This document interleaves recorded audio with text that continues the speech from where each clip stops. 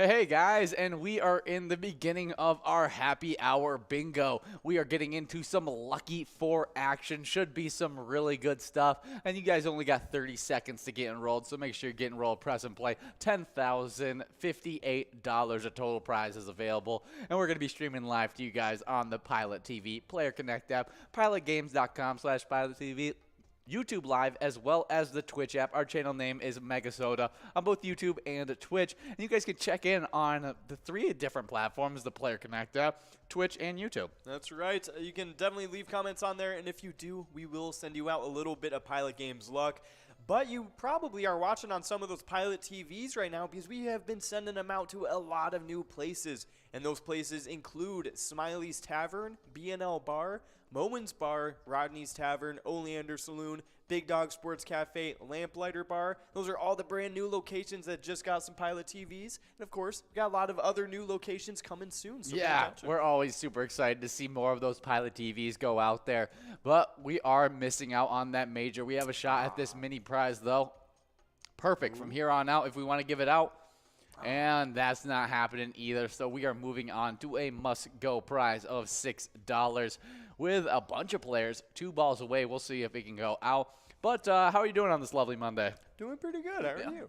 Yeah, pretty good. I mean, a sunnier day, so I always appreciate when there's not clouds covering the entire sky, making it completely gray. Very true. And so a lot of my happiness derives of how much sunlight is out. Yeah. And today it was plentiful. Awesome. Awesome. Yeah, my serotonin is just directly tied to my vitamin D levels. Exactly. But of course, we still have people going after this must-go of $6. But of course, even though we didn't get a jackpot in this very first game, we have been giving out a ton of jackpots recently anyways. And very indicative of that is the amount of jackpots we gave out over this past weekend. And before I go into that, though, we do have Lars over at Enemy of Vets Club taking away the must-go. We got 1, 8, 64, and 65 for your 4 lucky numbers. 1 and 8 are going to be those 2 lucky games, starting it off right off the bat. Hey, lucky game number 1, so make sure you guys are getting enrolled into this game. We want to be giving out this prize. Good job, Lars. Funny enough, Lars is actually the first person we're going to talk about in this jackpot list, but I think you were talking about totals. Yeah, that's right, because we gave out 14 jackpots over this past weekend. That made us 31 jackpots for the rolling week and 390 total for Season 11. It's been awesome. Yeah, it's been a really, really fun season. And Friday got us started off right with Lars over at Enemy of Vets Club, taking home $1,040. Awesome stuff. And then we had Yags 370 over at Riverboat Depot, taking away $750. Nice job, Yags. Yeah, one of our favorite longtime players that have been playing Pilot games forever. Don't see him in one of our top 10s, which is very unusual for Yags 370. But maybe he's just taking a break for this season. That's right. And he'll be back better than ever. But also on Friday, we had MMM2 over at VFW Waseca, taking home $961. Awesome stuff. And then we had winners over at Dodge Country Club, winning $12,001. Nice job. Yeah, good job, winners. Also getting a win, we had Ruby Red over at American Legion North Mankato, taking home $1,889. And me and Will were theorizing, do you think that's, Ruby's last name? I was literally just thinking that. Like from Ruby's Adventure. Not from Ruby's Adventure, but I was thinking of that. Was from the name Ruby Tuesdays? Ruby's Tuesdays. But I was like, Ruby Red sounds like a name, though. And I was like, what name is that? And I was like, no, I was thinking of the female actress, Ruby Rose. From what's that one show on Netflix? Orange is the New Black. Okay. Yeah, that's it. Because everybody was obsessed with her for like half a year. Yeah. I don't know if you remember that. It was like in 2015 Yeah, I was never a part of the whole entire Orange is the New Black phase. Somehow it completely waved over me, and like I didn't even hang out or like be around people who talked about it. So that was nice. I only ever saw it online, but really funny. I only know 2 people that were really into the show and watched all of it, actually. My grandparents. Really? Yeah, they loved it. They ate it up. They loved that show. That's my grandpa, he talks about it. Whenever I bring it up, he'll talk about it. He'll be like, oh, such a funny show. You know, he just thought funny. it was hilarious. Yeah. That cracks me up. Yeah. I would not have expected that. Yeah, from out of all my younger friends, none of them like even watch it. We're but into it. My grandparents love it. I think Jordy's seen it, so Okay, so okay. you can claim one friend. Okay, yeah, I do got one. Yeah, that's watched That's Orange pretty is the funny. New Black, but I mean, it's a fun show. And Ruby Red, but I was thinking, you know, it could be either like it's a movie title for Ruby's from our E-Tap game, Ruby's Adventure. Ruby, true. you know, it could be Ruby's movie, like Ruby Red. Very true. No, I could definitely see that. You know, blood splatter on the screen kind of thing. That's right, just like mysterious, like cut to like away. Yeah, Like, oh, exactly. whose blood was it? Yeah. Was it Ruby's? Ruby Red. Oh, find Or, out. or it's just her last name, and she's just got a really, like, you know, Ruby Red. Oh yeah, maybe she likes painting. She was like painting the red. Oh, okay. Yeah, definitely. Or, you like Pink Panther, she, like, painted the diamond red. Ooh. And then, Very you know, well. swapped it with the real red diamond. Very true. Very true. Very mischievous. Exactly. Okay, I don't know how we got so far off. Ruby Red, good job right. getting the win. That's We also had Ruru over at JB's Tavern, taking home $654. Awesome stuff. And then for the last two jackpots of Friday, we had Chadwick over at Eagles Hastings, who was winning $654. Actually splitting that jackpot Yes. with Ruru. Completely forgot about that jackpot split. Ruru and Chadwick getting a great win. I think over $1,200 on it. $654 to each of them. Nice job, you two, splitting up. That's a really decent jackpot to split up. Yeah, for Wow. sure was. But then for the last one, it was none other than Stingray over at Ye Old Wharf, winning $720 on that Friday. But that wasn't the end of our jackpot list. We still had how many? 6 jackpots going out over the weekend. It was awesome. Yeah, really, really good stuff. And the Friday jackpot for Stingray, Will says he has a new favorite location name, Ye Old Wharf. Ye Old Wharf is pretty good. Yeah, it's a good one. It would be one that I would definitely stop by if I saw, Yes. because I think Ye Old Wharf is up there for sure. I mean, that is a fun one. well, you know the locations well because you've been Yes. doing the iPad sending them out. Yes, exactly. I know a Purple Goose is one of my favorite ones. I even see it on the broadcast. Oh, a good yeah. amount.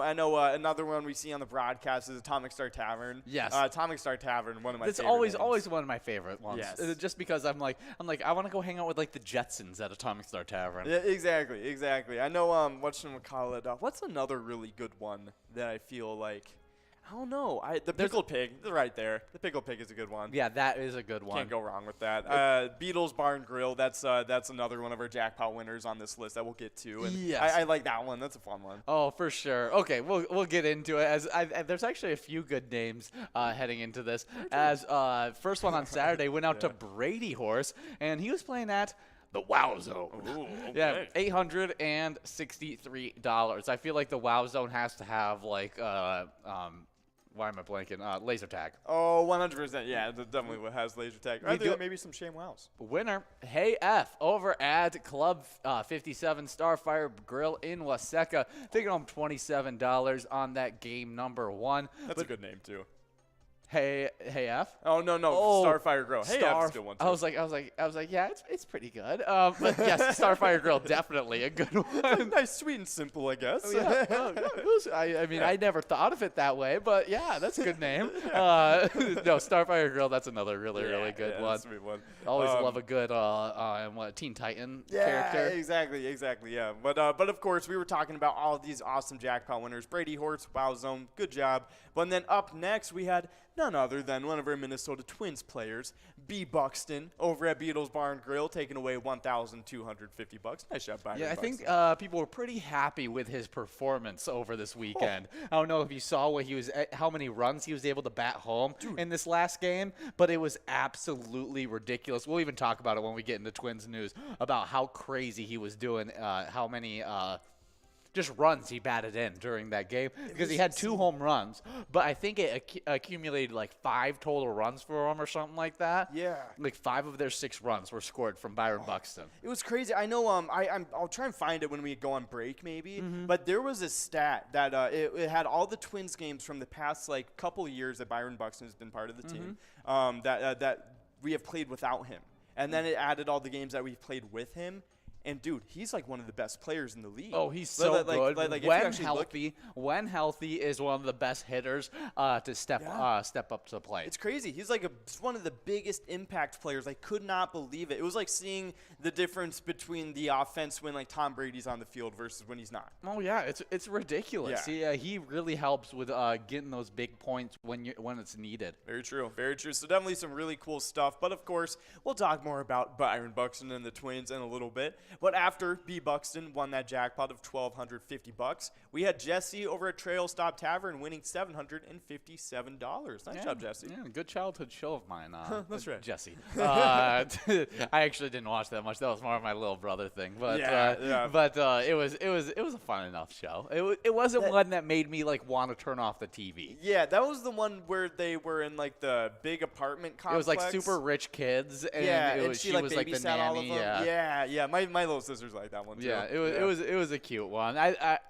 Honestly, I watched it for the butler. I know. Oh, the butler was really funny. He was really funny. I know there's this one kid that whenever I walked in, for some reason, he was always like doing a skit or something, being the main person. Yes. It was, I forget his name. It was like one of the little kids, and he was super funny.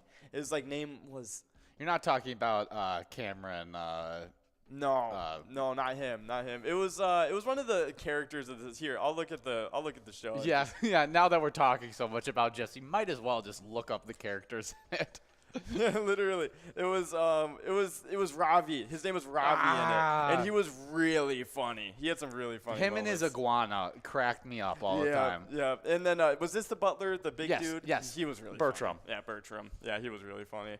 But yeah, of course, there's a lot of really classic just Disney kids There's shows. a lot of those shows that I enjoyed them a lot, but I barely remember any of them because they're something that I just watched with my brothers at the time, and I was like, okay, we can watch this. There's this one where it was a superpower show, and they were all cyborgs. But they were humanoid cyborgs, and then they had a part, and there was a genius dad that was a part of it, and I'm trying to remember. I think the guy from Let It Shine is one of the main kids. Oh, I have no idea. That's so funny. That's really funny. They were all cyborgs? Yeah, it's lab rats. Lab rats. That's what it is. Curtis sent it in. He knew it. Curtis, you're too good. You're too good. That was awesome. That was so fun. That's one of my favorite. That's one of my favorites out of all of those ones. That was one of the we need to put that on the production highlight reel. Yeah, how do you give information like that? That was awesome. Thank you, Curtis. I was still trying to figure it out when you sent it in. Yeah, that was awesome. But yeah, Lab Rats. That was that. I know that show. Yeah. I know a good show that my sisters really liked that they watched a lot. And my mom liked too was Good Luck Charlie. Yes, that one was funny. That one was a wholesome one. I feel like it was just pretty wholesome fun. It was one of those that I think I watched too many times, and by the point all my siblings had moved out of it because I was into it when it first came out. Yeah, because I was still pretty young when it first came out, and then by the time I was done, it was still coming out, and I was I hate it. It came out for a while. We have Al Willie over at Blue Moon Saloon taking home $30.40. Speaking of good location names like that one. Oh yeah, 100%. Oh, Blue Moon Saloon, that was a good one. But of course, there's a lot of really fun move on from Disney shows and let's get back to jackpots because the final jackpot that went out on Saturday was Nuggy over at Hog's Breath Bar and Restaurant, taking home $979. Awesome stuff. But then we had two jackpots go out on Sunday. One went out over to Max over VFW Lane, $611. Nice job, Max. But Sue kind of stole the show, the spotlight, over at Rose City Bar and Grill on Sunday because Sue won $23,698. Nice job, Sue.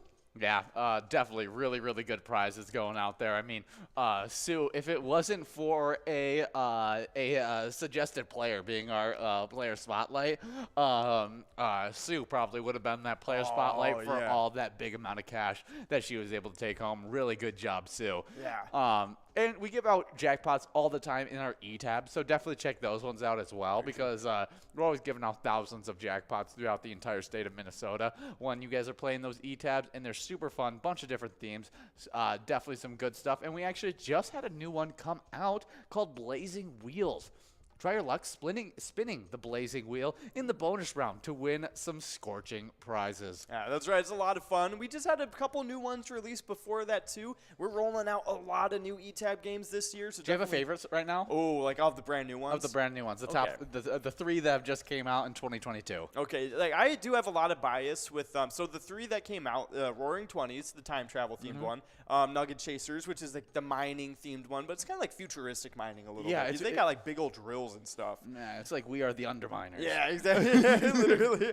And then so that one, and that's a lot of fun too. It's like a 3x3 one, so it's a little different. And then we also have Blazing Wheels. It just came out. And that one's really fun too, and a little bit more groovy, like funky of a music sound than I thought it would. Yes, it was different. I was expecting more of like a rock theme, like a little bit of guitar, but it was more of like an electronic groovy theme. Yeah, and I was like, okay, like I was messing with it, but I think the time travel one, or I think I'm gonna go with Nugget Chasers. I think right now my favorite is Nugget Chasers. It's a little underrated, I feel like, compared to the other two, and has some like the dig bonus. That's pretty fun. It has really cool animations and stuff. So. Totally stole my favorite, too. Yeah. I was totally going to go with that because I was totally going to relate it to, I don't know why, but it always makes me think of the Lego sets that were the miners that had all the like gem monsters in them. Gem monsters? Yeah, do you not remember this? Oh, I don't think I remember that. Yeah. I know, like, I've seen like Lego miners and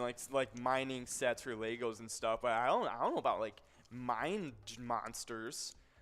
That's pretty fun though. Power miners? It was power mine? Yes, power miners. That's what it was. Power miners. It was huge during my like 5th grade. That was like the Legos I got a bunch of. Me and my brothers did, and we were super into it. But there was a bunch of different drills. See, like I remember this like right here. Like I remember those like go up. I remember that car right there. Yeah, like, with the claw on it. Yeah, yeah. I remember that. I don't remember the gem monsters though. That's hilarious. It was like those little things. That's fine. I never had like Lego sets a whole lot. Like I just had Okay, interesting. That's so cool. Yeah, and it was super fun. I absolutely loved them. They even had little short little clips on YouTube of them, and I used to watch those. And there was a whole storyline with it about them mining in these caves, and it was super fun. But for whatever reason, Nugget Chasers makes me think of that. That was really funny. Yeah, no, I could totally see that because of those huge drills they got like rolling around. It's like futuristic, like we were talking about, futuristic mining. Yeah, literally power miners, but Nugget Chasers. That's pretty fun. But yeah, try any of the new ones we got out right now, though. They're all a lot of fun. But keep your eyes out, though, because we do have new eTabs coming out for the rest of this year. Yeah, we really do. And the best way to keep track of all those new eTabs is giving us a like and a follow on that Facebook page. All you got to do is type in Pilot Games into your search bar, see our logo, click on that, and you'll be able to see weekly bingo schedules, event details, reminders, big progressives, player pictures, and so much more.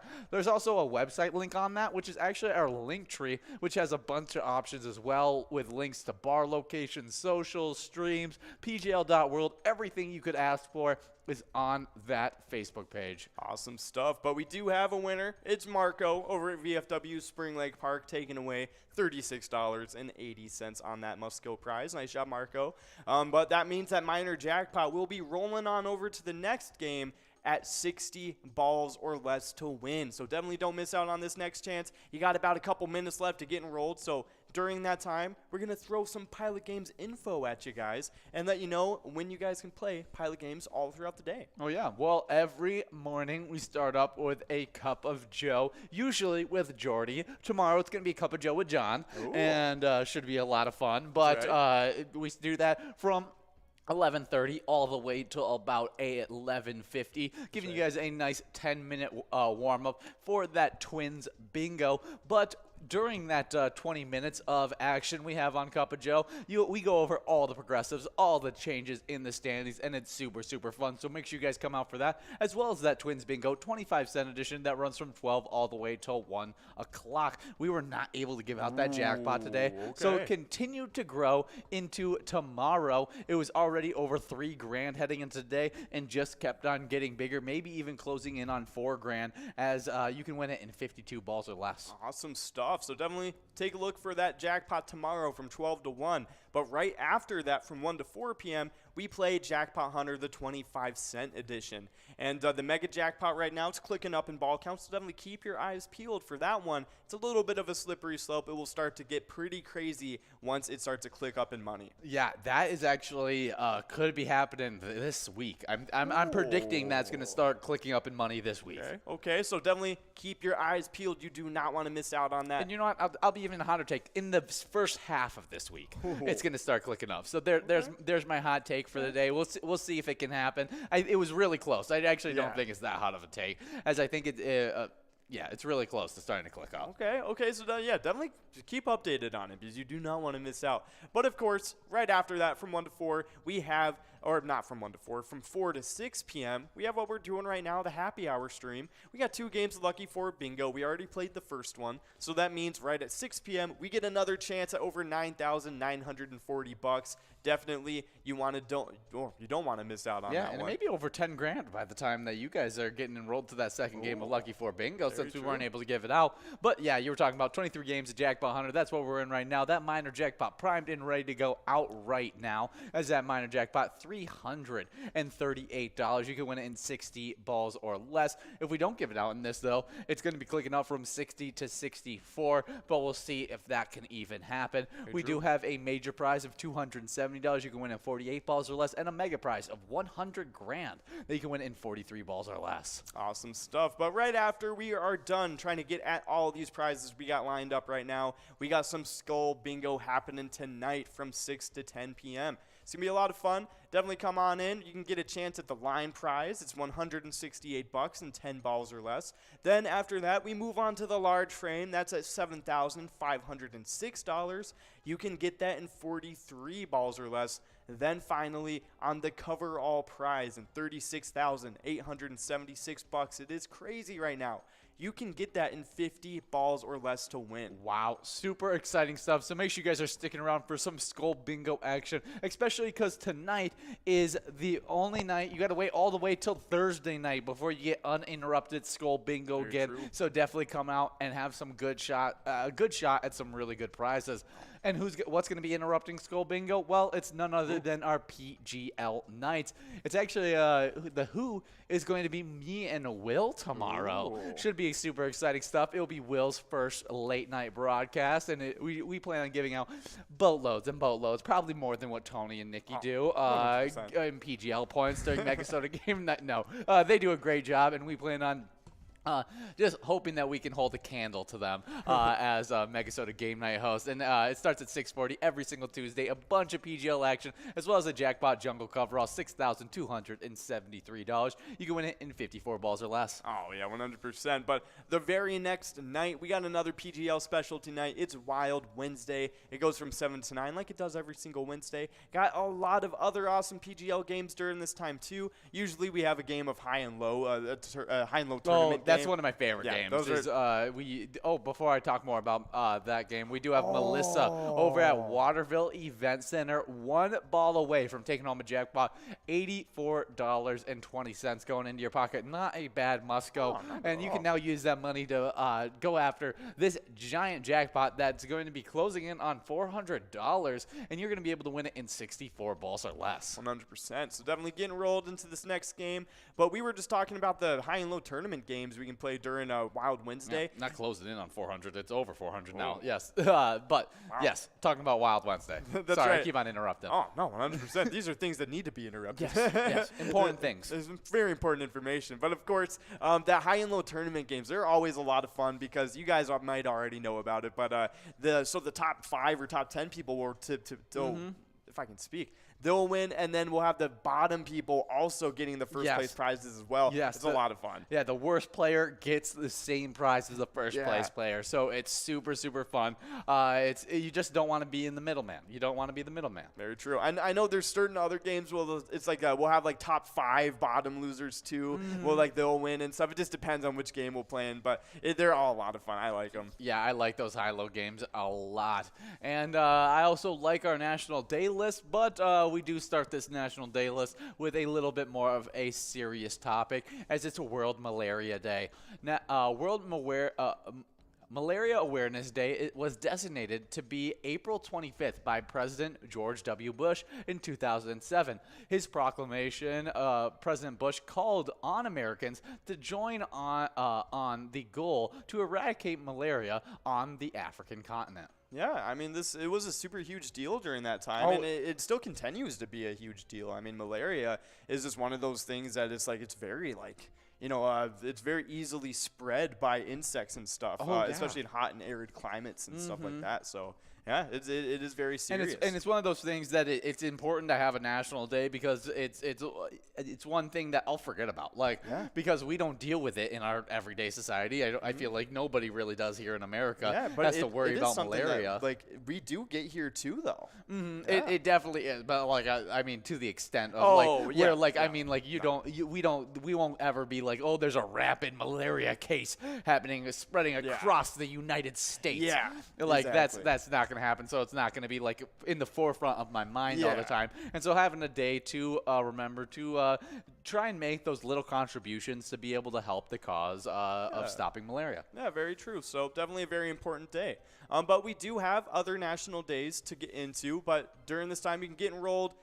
There it is. We're already enrolled. We got that minor jackpot, over $503.64 or less to win. We got the Musco prize, over $130. That major and mega are sitting in the back, both looking pretty decently good as well, though. Oh, sweet. They're going to be able to make our jackpot list if they take this home in 64 balls or less, because you'll be taking home over $600 because you add that Musco on top of it. Very true. But, of course, we do have another important awareness day up next, because it is Parental Alienation Day. April 25th is this day, also known as PAAD. It's part of a global awareness campaign to raise awareness about parental alienation. The aim of the day is to make the general public, judges, police officers, and mental health care workers, child protection agencies, lawyers, as well as friends and family of the targeted children or their parents become aware of this growing problem. Yeah, I think there's a certain level to it, and I know a lot of parental alienation comes from a good place in the heart. It's not meant to be evil. It's not meant to remove social skills from these kids so they can have them all to themselves. Yeah. They're worried about because the world is a scary place, especially for a little kid, and you don't want to see your kid mess up or make mistakes, but that's part of the learning curve and everything like that. And there is certain things that you do want to stop your kids. There's steps that you're like, oh, I don't want you to ever make this mistake, and you never have to learn from it because the lesson isn't as needed as you not making this mistake. Yeah, very true. Very true. But there's a lot of things that you can use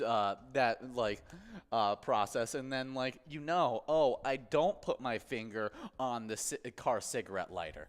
Yeah, exactly. It is definitely one of those things. I feel like kids do need to whatchamacallit, I know as a kid I put my finger on the hot iron, even though my mom was like, that is a very hot iron. Never put your finger on that. As a kid, I'm like, it's not that hot. Yeah. And I'm just like, I'm going to see if it is. And then it's just, something I needed to learn. We got Nate over at Shortstop Fridley taking home $503. Add on that $132, and you're going to be taking home $635.70. Yeah, 100%. Nice job, Nate. Oh, yeah, getting the minor jackpot and the Musco. I didn't totally blanked my mind. Yeah, was able to get on our jackpot list with that one. Really nice. Good job, Nate.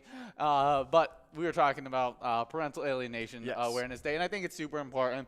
And I know a lot of the raising issue now is it's tough to know what is parental alienation. Are you being safe for your kids, helping them with COVID and everything like that, or are you isolating them so that they can't have a true childhood? Yeah. And so it's definitely something that is a problem that we'll have to be a little bit more aware of, especially coming out of a pandemic. Oh yeah, no, I agree, because it is one of those things where it's I'm just trying to keep my kids safe, but at the same time it's it is, like you said, stripping them of their childhood. Yeah, it definitely.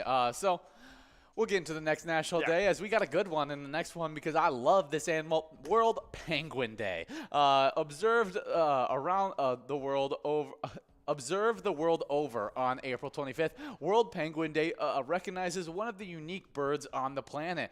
There are 17 species of penguin. All of their natural habitats are in the southern hemisphere. I wonder what the 17 species of penguin are. Yeah, I'm very, very interested. We'll just kind of speed read through the names of the species. Yeah, I want to know. So we don't spend like the next hour talking about each species of penguin. Yeah, I wouldn't mind. I could talk an hour about penguins. That's right. Let's see. All right, so alphabetical listing of the penguins. Let's take a look at what they got. Oh, okay, sweet. We got them right here. There is the Adelie penguin. That looks pretty cool. We got the African penguin. That looks pretty cool too. The chin strap penguin. I feel like he's got a literal chin strap. Oh yeah, he does. Just kind of like outlining his jaw. Nice. Very, very well shaven. I like it. But of course, the chin strap penguin. And then up next, I feel like this is the most well-known one, is the emperor penguin. Yeah, that's purely because of Happy Feet. I know. Yeah. And the next one I know because of Happy Feet as well. Yes, yeah. It's called the erect crested. It's like it has those like the little mohawks on the side of its head. Yes, really, really cool. It is pretty cool. And then there's the Fjordland penguin, the Galapagos penguins. Those are pretty cool. The Gentoo penguins, the Humboldt penguins. Those are like dodo birds. Really? Those don't even look like penguins. I gotta look at this one real quick. Yeah, it looks like a weird like. Humboldt penguin? Yeah, let's take a look. Interesting. British penguin. Hey, it's 100% a penguin, but it has more of a rounded beak that you don't normally see. Yeah, it looks like more like a bird. Yeah, it definitely. Well, I mean, penguins are birds, but I mean, it looks more less like a penguin, more like a stereotypical like parrot almost. Yeah, it does. Yeah, that's pretty sweet though. It looks like a lot of these are like zoos and stuff. Wow, that's pretty cool though. Really cool. Then there's the king penguin, the little penguin. The macaroni penguin looks like an Italian mobster. It's like slicked back, like mohawk. Is that thing. the one that what's his name in Surf's Up is? The evil villain. Oh yeah, I think so. Like the big one. Yeah, I think it is. Yeah, because his hair was like that. Yeah, that's so. Why do they all look like that? They actually look like them. Yeah. That's No, so they funny. actually did like certain like penguins for that movie. That's hilarious. Like, and like it's not even like they tried to make him look like him. It's like it looks like almost exactly like scientifically real. But of course, we do have the Magellanic penguin. Okay, that's one I've never heard of. The rockhopper penguin. Oh, I think that's the one that's in Happy Feet. Other than the erect crested the one that gets his head in. He's got the necklace. Yes, that's it. The necklace. So much necklace. But then we got the royal penguin, the snares penguin, and then the yellow-eyed penguin. Wow, super, super interesting stuff. The yellow-eyed penguin looks very birdish too. Yeah, it does. Very interesting stuff. Cool. I mean, and I say birdish is more of like flight birds and like chickens and stuff like that. Exactly. But penguins are super interesting. I learned a few fun facts about penguins today. Ooh. And fun fact, they actually adapted to fly in water. Oh. That's actually because most birds have hollow bones, and that's why they're able to fly and able to keep themselves floating for so long. Penguins actually developed fully solidified bones to keep the buoyancy down so that they can swim faster. That's hilarious. Another fun fact about penguins, I'm just going to start rattling them off right now. Their color scheme is actually a way to avoid predators. So the black on top is so that when the predator's looking down, it just sees black because down is black. Yeah. And when predators look up, they see white and they see the sky. And so it's all meant to disguise themselves in their environment. Yeah, that makes a lot of sense to me. But we do have a couple winners. We got Rocket over Eagles Awatana, and then Brother and one over at Chart House. Both of them splitting up $18.20. Nice job. But yeah, we have a couple more just random facts about some penguins. Oh yeah, this is actually the first ones these are the ones that we read over today. They're super, super interesting. Okay, so it looks like we got a group of penguins in the water. It's called a raft, but on land they're called something else. They're called a waddle. Yes, I thought that was weird. I was like, why would they change the name of them? Yeah. Look at that waddle walking across the ice. That's super funny. And then what you were talking about their black and white camo. It's actually called counter shading. Okay. So that's like the type of camouflage it's called. That's pretty cool. Wow, super interesting stuff. But then penguins may huddle together for several different reasons. Helps them protect themselves from penguins, even helps them retain warmth in frigid climates, like we saw in Happy Feet. Yes. When they did that. Yeah, super, super interesting. Another really fun fact is a penguin's thick feathers aren't the only way it stays warm. It actually uses a oil. Here, I'll just read it. A gland near the base of its tail produces this waterproof oil that they then spend hours covering their feathers with every single day, and they take even more caution with it when they're about to go swimming. Interesting. That's super fun. So like how a boxer oils up before he goes into a fight, so the punches slip off him, so that the freezing water doesn't get to him. They put this oil all over their body. That's super funny.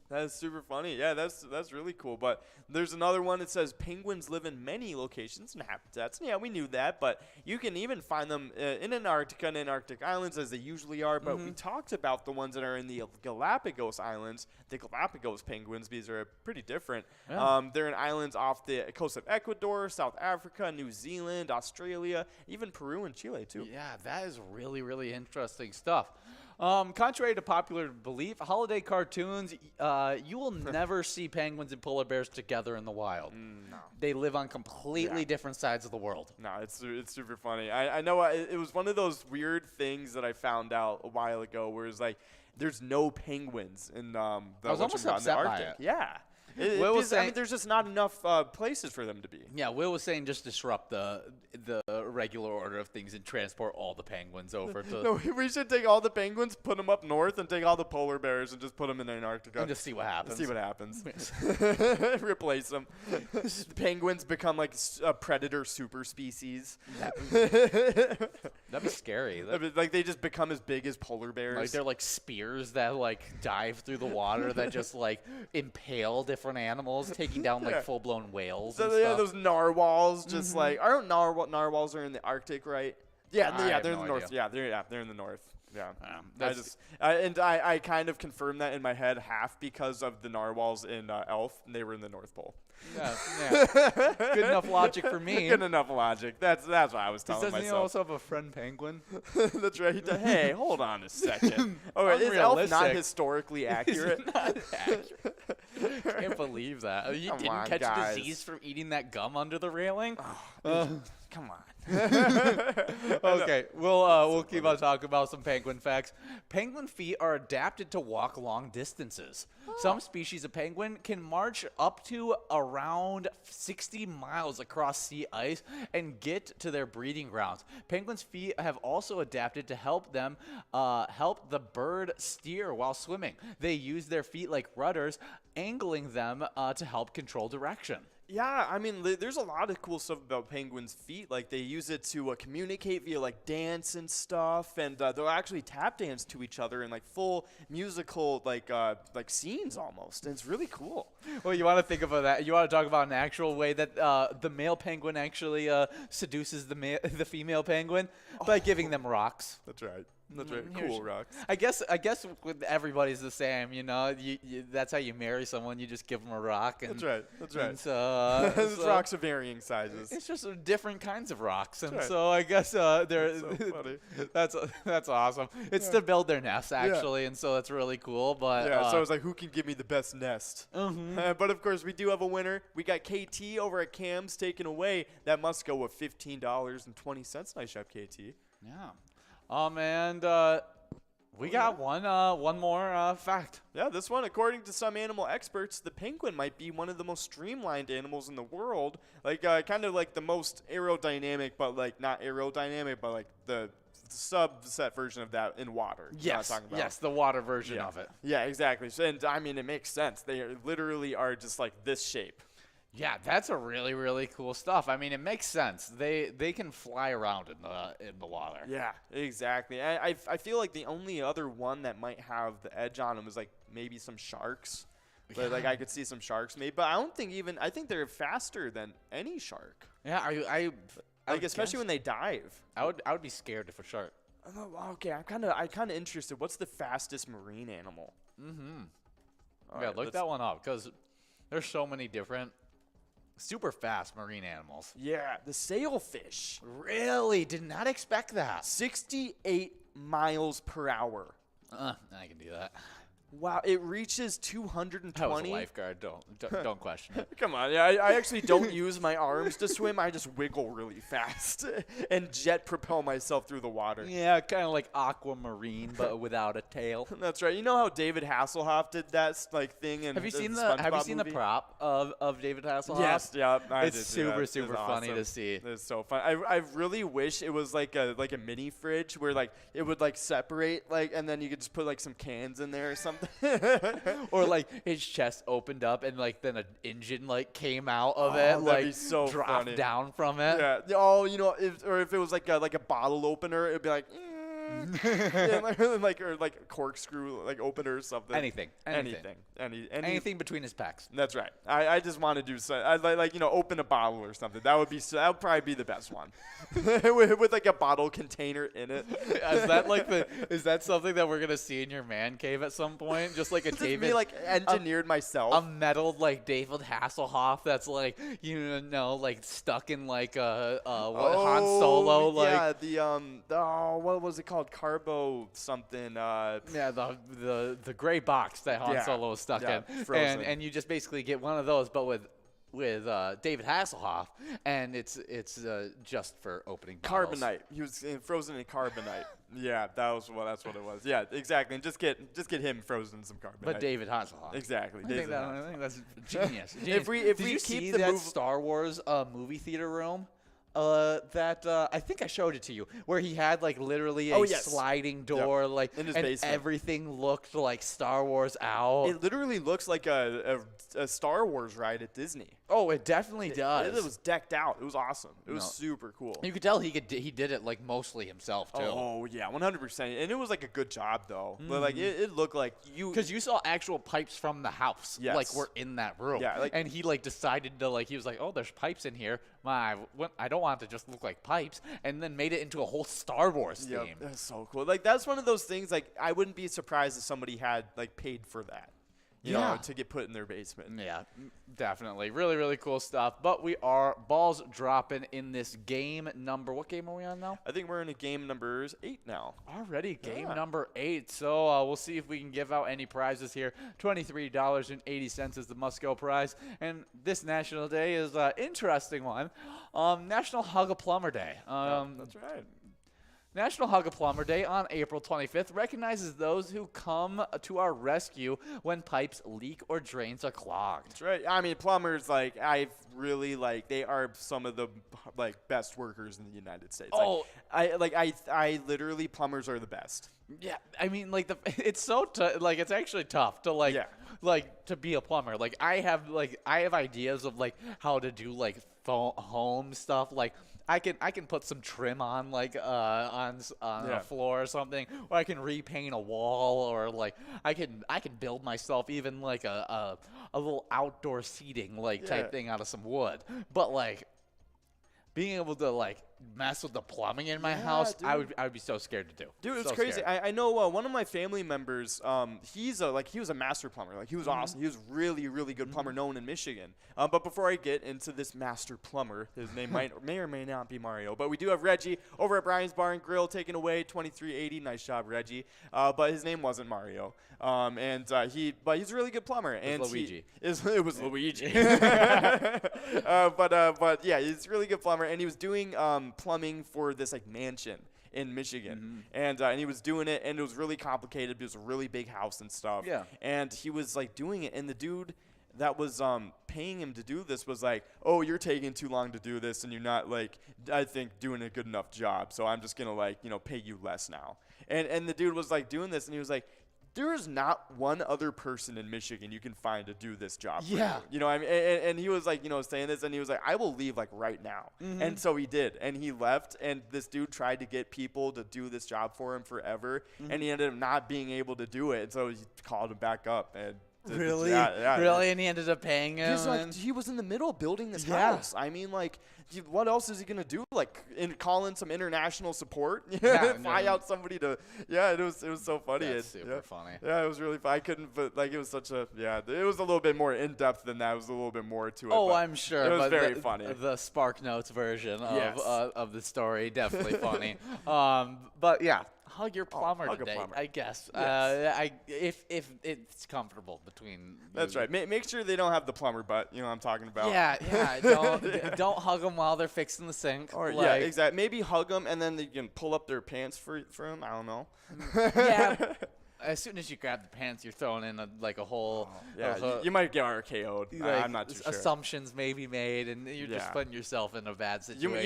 You might be the reason your drain is clogged now. You might be getting stuff down the toilet. Okay, but yeah, having National At least Hug a Plumber Day. if Will is your plumber, you will be getting stuff down the toilet probably. I mean, he doesn't like random bugs too much. What? Remember we were talking. He doesn't like random. He was like, oh, if somebody tried to just randomly hug me, like I'd probably just not react very well to that. Oh yes. No, don't hug him. Like someone that would be accept the hug nicely. Exactly. You can usually tell the types. No, 100%. We do have another national day to get into, as it's National DNA Day. On April 25th, people across the nation recognize National DNA Day. On this day in 1953, James Watson and Francis Crick formally announced their discovery of DNA in a short letter published in the science journal Nature. Awesome stuff. Yeah, I mean, super important. You know, I feel like this was one of those things where once it was discovered, I mean, it kind of changed the field of medicine. You know what I mean? And how we interpreted like genetics and all that stuff, and how we pass down things to our kids. Like, you know, it definitely changed a lot of stuff. So definitely really cool. But we do have balls rolling on this game. We got $19 on the Must-Go prize. We got that minor at $95. We got the major at $479 for you guys. Yeah, it was actually an X-ray picture of DNA, and that's how they found that molecular structure. Really interesting stuff. I mean, I did not expect it to be. I was like, how would they figure that out? And an X-ray, I guess, makes the most sense. Yeah, I mean, it's super cool. And the reason that they were able to find it with the X-ray is because it was created by Rosalind Franklin, and she made the technique called X-ray crystallography. It ended up revealing the helical shape of the DNA molecule. That's super, super cool. Yeah, super cool. Yeah, definitely some interesting stuff. Happy National DNA Day. Yeah, 100%. That is definitely really a very important and historical one.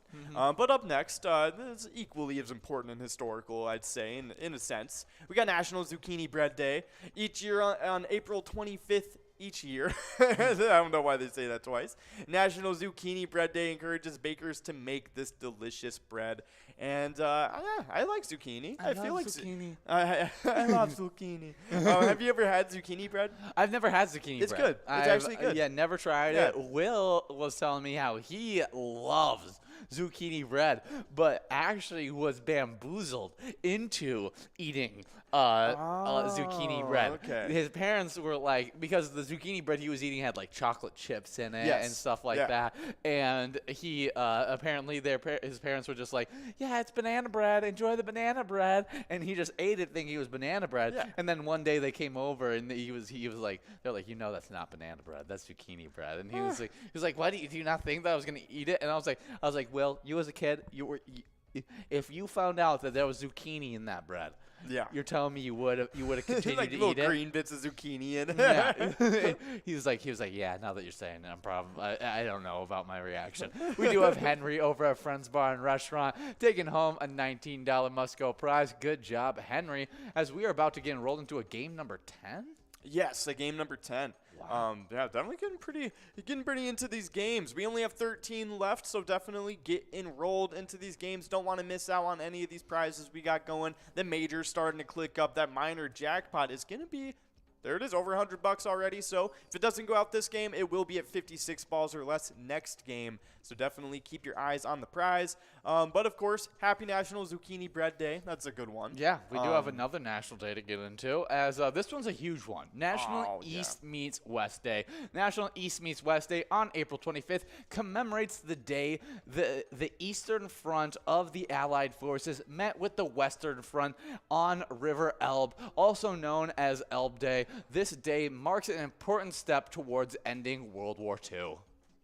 I mean, anytime you get a step towards ending a war like that, such a tragic event that happened, it's always a good step, and it's something to be celebrated. Yeah, no, I definitely agree. I mean, it's just one of those things, one of the many things that led to the end of the war that was just made possible by so many different people across so many different countries and ethnicities, and just like it really was a war that everybody had to like team up and like work together. Well, I mean, I mean, that's why there's only been two other wars like this. Yeah, exactly. Where the whole emphasis on world. The whole world gets involved. Yes, exactly. And it definitely is just one of those days to celebrate. I feel like that aspect of it. Yeah. And just able to end that huge conflict. Yeah, that's really, really important. So happy National East meets West Day. Yeah, that's right. But of course, we have one more national day for you guys. We got National Telephone Day. On April 25th, we observe this national day. Around the world, there are 9.82 billion mobile phones. And while some predicted the landline to be obsolete by 2020, there's still about 931 million landlines floating around the world out there. Yeah, I was very impressed with the number. I mean, even though it's 9.8 billion for mobile phones, and it's only in the 900 million for landlines, I was still surprised with how many landlines. But then Will brought up, he was like office buildings, call centers, all these different things that have landlines. It makes a little bit more sense. But still, that's a significant amount of landlines. And I was talking about, where do you see the progression? Because landlines just make sense for like call centers and stuff like that. Do you think that it will move to more of a different type setup in the future? Honestly, I wouldn't be surprised if landlines like made a comeback. Really? I wouldn't be surprised if mobile phones started not to become phones anymore. Oh, you know what I mean? Like they actually became more like mobile like tablets. Like they were just kind of like what they are now, without like just like they only have FaceTime and iMessage on them now. Like that sort of thing. Like, and where, now like, because a lot of people hate getting phone calls on their mobile phones. Yeah. You know what I mean? Like when they're out and stuff, they don't want to be getting calls all the time. I feel like, having a landline that would cut down on it, and being like, oh, hey, like only call me when I'm like at my home. You know what I mean? I'm like not out and about. No, I get that. I mean, we've grown up in a day and age where people can call us anytime. Yes. And so like we're not used to that. Yeah. But I know a lot of like my grandparents and stuff like that. Like they hated like getting just calls out and about, unless it was from someone they wanted to talk to. But like especially I feel like robocalls are really gonna push that. You know what I mean? I feel like just like I get like maybe 5 calls, like up to 5 calls a day from just random numbers that I don't know. You know what I mean? And then you block them, and you're like, okay, I don't want them recalling me. And so I don't know. I definitely could see landlines making a comeback. And personally, I would probably get a landline if like that happened. You know what I mean? Mine was connected smartphones. Was going to be the next step. So it's like, how your house can have like a bunch of like Alexas like paired up with each other and stuff like that. It's going to be almost like iPads that are set around the house that are all connected on the same phone network, that all are like the home phone. Yeah, they have that in a way with the Google Home. Yes, like they're all tablets. My mom has them. Like she really likes them. Does she? I think that's the step we're going towards. She has one big one and then like a little one. Ah. Yeah, and she loves them because she loves turning off the lights with the apps and stuff like that, and like she has it on a cycle where like the lights will dim themselves over the course of the night. Really? And it's really funny. It tripped me out the first time because we were playing a board game. But before we get into it, we do have Brother N1 over at Chart House taking away $27 on that must go. Nice job, Brother N1. But it really tripped me out because like I've never been. I had just recently recently visited, Yes. and I'd never been in a house like that before. Oh, Where I've it never was been all one either. smart connected, and I was like, man, like why wasn't this? Why didn't we have this when I was living with you guys? But, That's super funny. And so we were playing this board game, and Knowing the lights you, were you'd getting, be a menace with that kind of stuff, though. Oh, Like, yeah. you would have been, like, Oh, yeah. programmed to be, like, party time. And then it's like, they just, like, flash on and off, Exactly. like, ridiculous. And you're like, Google Play, party time. And like being like my mom, like hey John, like aren't you still like where's your homework at? Blah blah. Just like start playing like party, like disco lights everywhere. And it's like, what are you talking about, Mom? Like, don't you hear this groovy jam? Yes, come on, let's just be a family and have fun together. Just like to be super No, dumb. so, I totally would. I'm actually glad that your mom didn't get that till Yeah, later, because you would have been a menace with it. Oh, 100% I would have. Oh. But yeah, no, it's super funny. And just all these things with technology are going to be pretty crazy. Think about what is it going to be like in 50 years? Yeah, No. I think it's so cool that you can now like get like emergency appointments with your doctor just on your phone. Yeah. Like kind of thing. Like it makes it so much easier to be able to like recognize like your symptoms and like because a lot of the times like I feel like especially when you get older you have to get checked up on everything that like you need like any kind of issues with, and so having that immediate connection through the phone is super, super nice. No, especially for like, not super serious symptoms. You know what I mean? Like symptoms that you're like, okay, this might be bad, but like I don't want to schedule a whole doctor's Like, appointment. oh, I about didn't it. know I had this mole. Doctor, is this mole okay? Yeah, exactly, exactly. And it's just one of those things where I know I've had a couple doctor appointments over the phone, and I feel like it's even better for the doctor too, because like like they're able to get more appointments in, able to help more patients and stuff, and I feel like it just makes sense, especially for little appointments like that where you don't really, it's just a checkup. You don't really need to. It'd be interesting if we can get to a point where like a phone could basically run your full checkup, but like in a more just like doctoral sense, like where like I feel like you can do that, but you gotta like answer like a multiple choice question like throughout the whole thing, and like I could totally see like maybe buying an attachment for your phone and you just like put it on your wrist or something and it measures your heartbeat, your basically blood pressure. Apple Watch. Yeah, and does Apple Watch do blood pressure? I don't too? think it does blood pressure, Oh, but okay.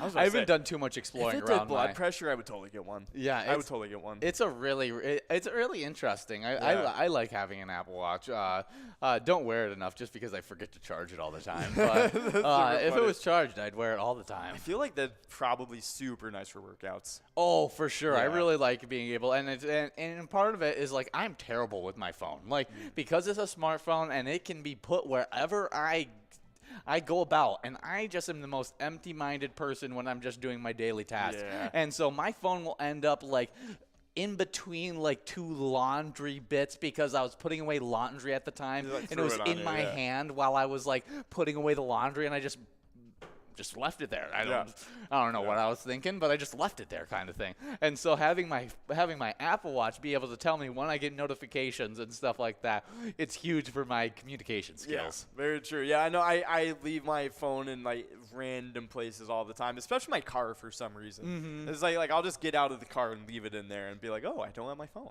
Yeah, I do that all the time purely because I wear sweatpants, and for some reason sweatpants never have deep enough pockets. Nope. And Even if they're deep, it just slips out. It does. Like, It does just slip it's out. just the And cotton. plus, I ride around in Jordy's car all the time, which is a little bug. Yeah. And so my knees are always above my hip line, and so it's always a diagonal right out of my pocket. Yeah. And so that's how I leave my phone just everywhere. In her car is like one of the most like common places. Yeah, that was super fun. Oh, man, I know my car is kind of like that too, where like my knees are at a decline as well. My last car wasn't like that because it was a little elevated, and I missed the elevation. Grover. I Good know. old Grover.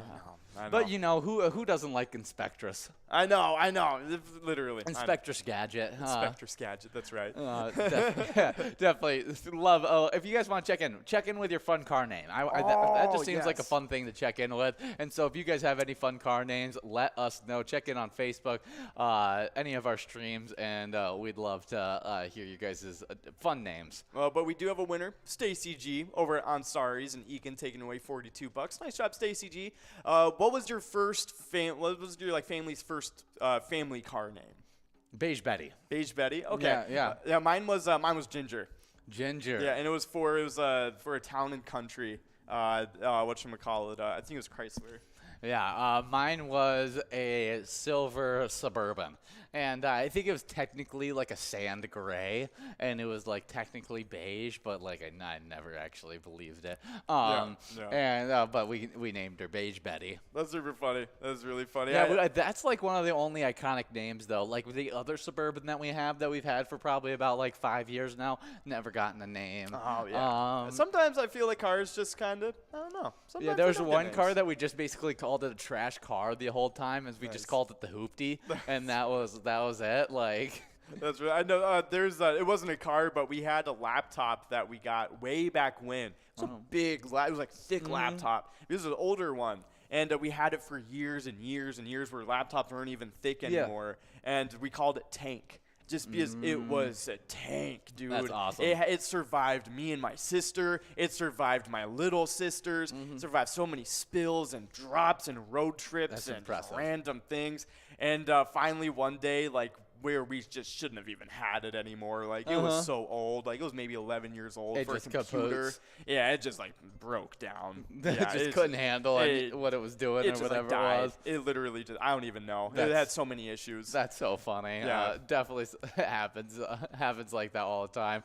We do have just 1 minute to get enrolled into. What game are we getting into? This is a game number 12. Already game number 12. That minor jackpot has clicked over $200. So if we don't give it out in 56 balls or less, it's going to be clicking up to 60 balls, but 56 definitely super doable. But we do have a little bit of Twins news to get into as you guys are getting rolled into this game number 12. That's right. We are 8-8 on the season now. A lot better than what was it, 5-8 when we went into this weekend. We might have even been 4-8 before that last win. Yeah, it was pretty bad. Yeah, but now 8-8 back to 500, and we're first place in our division. Oh, awesome. Good to see that happening. Yep, so awesome stuff. But Byron Buxton ended up hitting his second homer of that game, a 469-foot, 3-run drive that overcame a 10th inning deficit and lifted the Minnesota Twins over Chicago 6-4 on Sunday and sent the White Sox to their 7th straight loss. Ooh, Buxton hit a two-run opposite field homer to right in the 7th against Aaron Bummer that tied the score 3-3.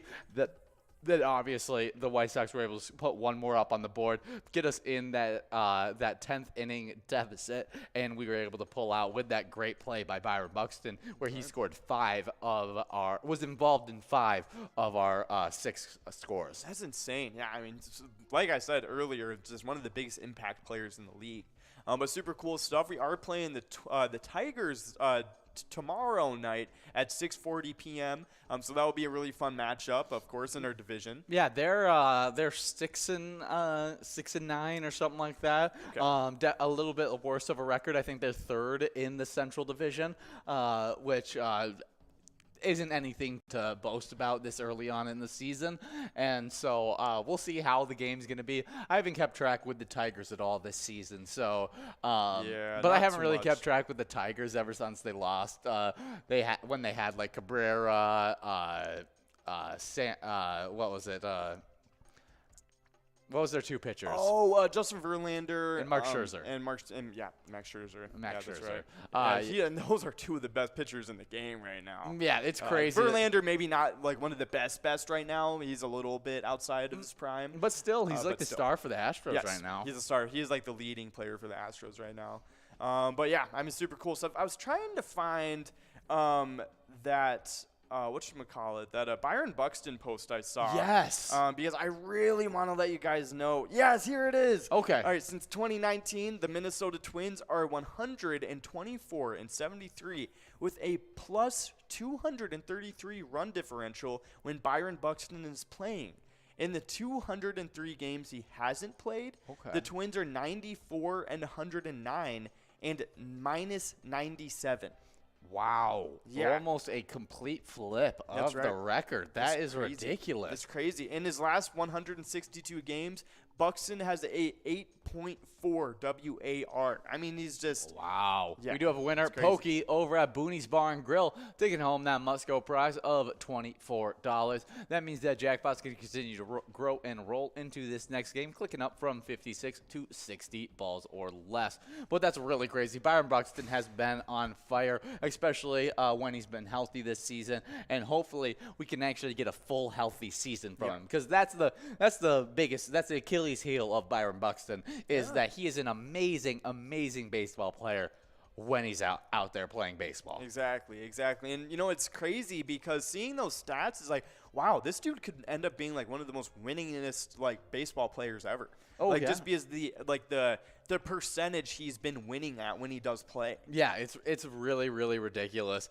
Definitely some cool stuff, and hopefully Byron Buxton can keep on his hot streak Tuesday as our Twins take on the Tigers. It should be super exciting, and you guys can have a little bit of excitement playing Twins Win. It's a really good E-Tab game, and you guys could even pick a lucky batter in the Home Run Derby bonus round to win some Grand Slam prizes. That's right. So definitely try it out. Let us know what you think. It's one of our all-time classics here at Pilot Games. I feel like all the sports games have officially become classics by now. Okay, Insect Baseball. Which one of you haven't hit the Home Run Derby bonus round?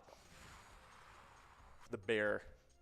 Insect. Insect? Yes, Insect Baseball. Insect baseball. Yeah, who are you selecting to win your Home Run Derby bonus round?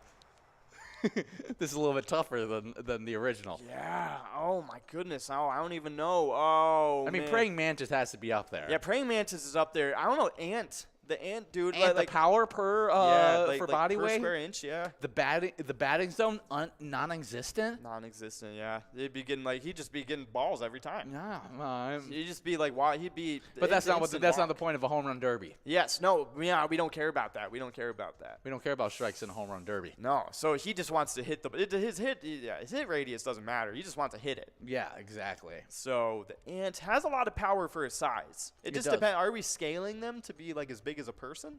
No, this is just like them all playing a game with each other. Okay, with like insect-sized baseballs. Insect-sized baseball and insect-sized baseball bats. Okay. Praying mantis is a really good one. Ant is really good. What do you feel about like a scorpion? What is a scorpion? I don't know what technically a scorpion is goes under. The one with the pointed tails. Yes, I know what a scorpion is. No, I'm talking about I don't know if it's an insect. If it's an insect, I think it falls in the insect kingdom. I think spider is the one that doesn't technically That's arachnid. fall. Yeah. So I think whatchamacallit, scorpions are insects. Okay. They have 6 legs. Okay, yeah. I mean, that's a definite good answer. Let's see, because I would want them to swing with their tail. With their tail. Yeah. Yeah, and I think that's a viable option. Let's see. We'll just make sure scorpions are insects. I don't want to be lying to you guys. Ooh, predatory arachnids. Yeah, ours. They're arachnid. Wait. So let's see. So they're because they have exoskeletons. Okay. So because I think it might be where some spiders and some scorpions are arachnids and some of them are bugs. Oh. Because I've looked this up before, but I thought all scorpions were bugs. That's really crazy. Insects versus arachnid. Okay, yeah, scorpion, insect, or arachnid. Let's take a look. It looks like it's saying all of them. Really? Yeah, so scorpions are predatory arachnids of the order Scorpiones. They have that. I don't even know if that's how you pronounce that, but they have 8 legs and are easily recognized by a pair of grasping pincers and a narrow segmented tail. Yeah, with a characteristic curve over their body. That's really interesting. So yeah, because they have, I could have sworn, I guess they're pincers. Yes, because they have Count as pincers as legs, and so that would definitely count. That's funny. Yeah. Okay. Yeah. That's hilarious. And I mean, like, I'll totally take it. I can get that. I just thought for some reason they were like not. Honestly, I was like, it could be like a reptile. I have no idea. Yeah. Like, Literally.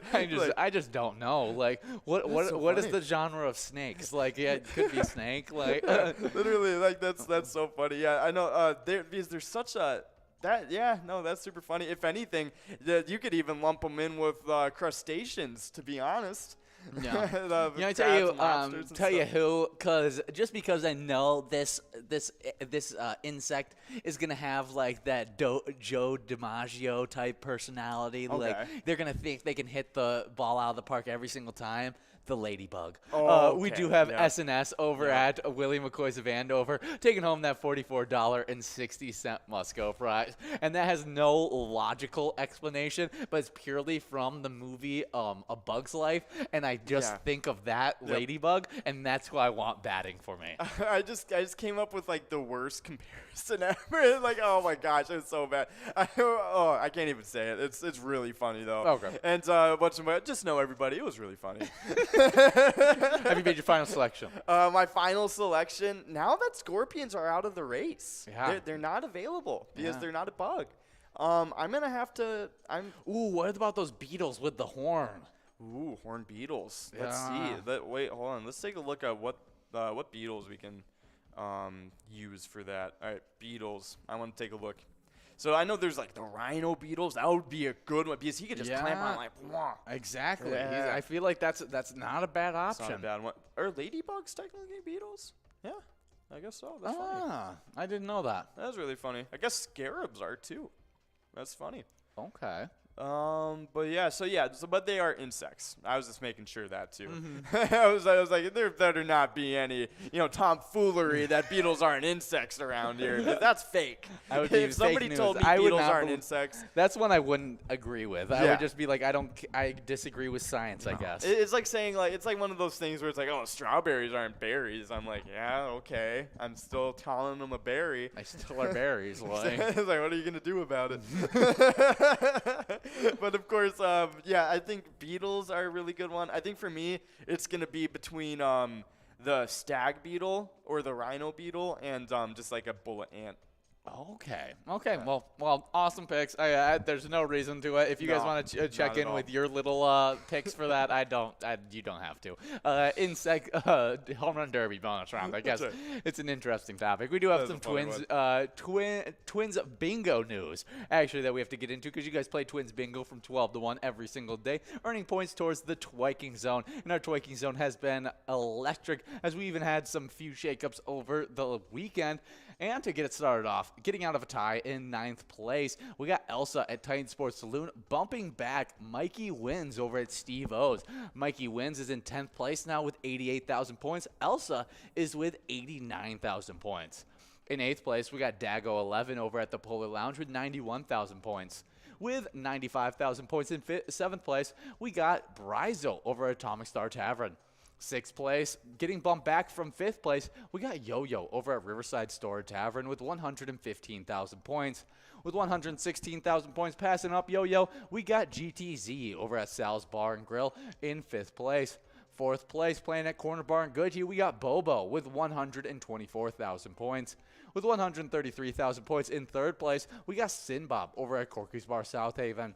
2nd place is Nan at Corky's Bar South Haven with 141,000 points. And then that 1st place player, Scrub-Eye at American Legion Fridley with 192,000 points. Awesome stuff. But of course, we do have some location standings to get into as well. Starting it off in 10th place, we got Main Street Pub and Kimball with 139,000 points. In 8th place, we have a two-way tie between VFW Blaine and Carboni's Pizza CR Billiards. Both of them have 154,000 points, but shout out to VFW Blaine because they actually entered this tie from outside of the standings, making some pretty big moves. They Nice did job. some work during this weekend as they were outside the standings, lower than 130 something thousand points. Wow. Put on like 20,000 points onto their total, tying up Carboni's Pizza CR Billiards. Yeah, now they're pretty concreted into the standings, looking pretty good. Nice job, all the players contributing to that. But of course, up next after that 8th place tie, we have in 7th Steve-O's and Crystal with 206,000 points. In 6th place, we got our place on 3rd and Faribault with 211,000 points. In 5th place, it was in a 4th place tie. Got kicked out of it. It's Corner Bar and Goodhue with 265,000 points. In 4th place, the one that did the kick-in, it's Eagles Rochester with 267,000 points, making them only 2,000 points ahead of Corner Bar in 5th place. But we do have a winner. It's Billy over at VFW Blaine. Hey, Yeah, nice job, Billy. good job. Taking home that jackpot, Oh. $326.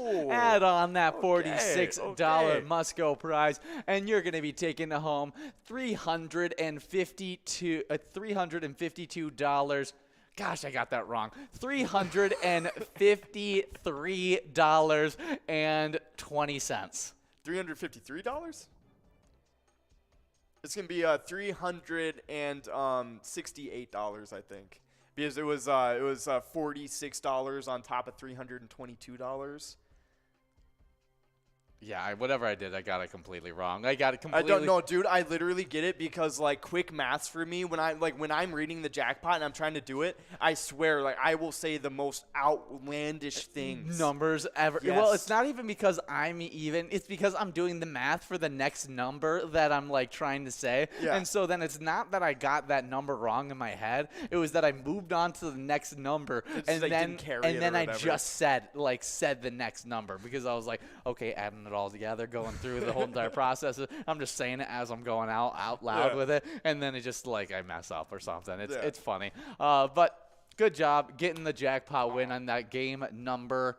I think it was game number 12 or game number 13 potentially. Oh yeah, there was a game number 13, and it was $373.30. Nice job. Okay. Some awesome stuff. Well, I was way off, so good job getting the win. And It's okay. I was off too. I mean, I was even trying to do it, and I got it off like $5.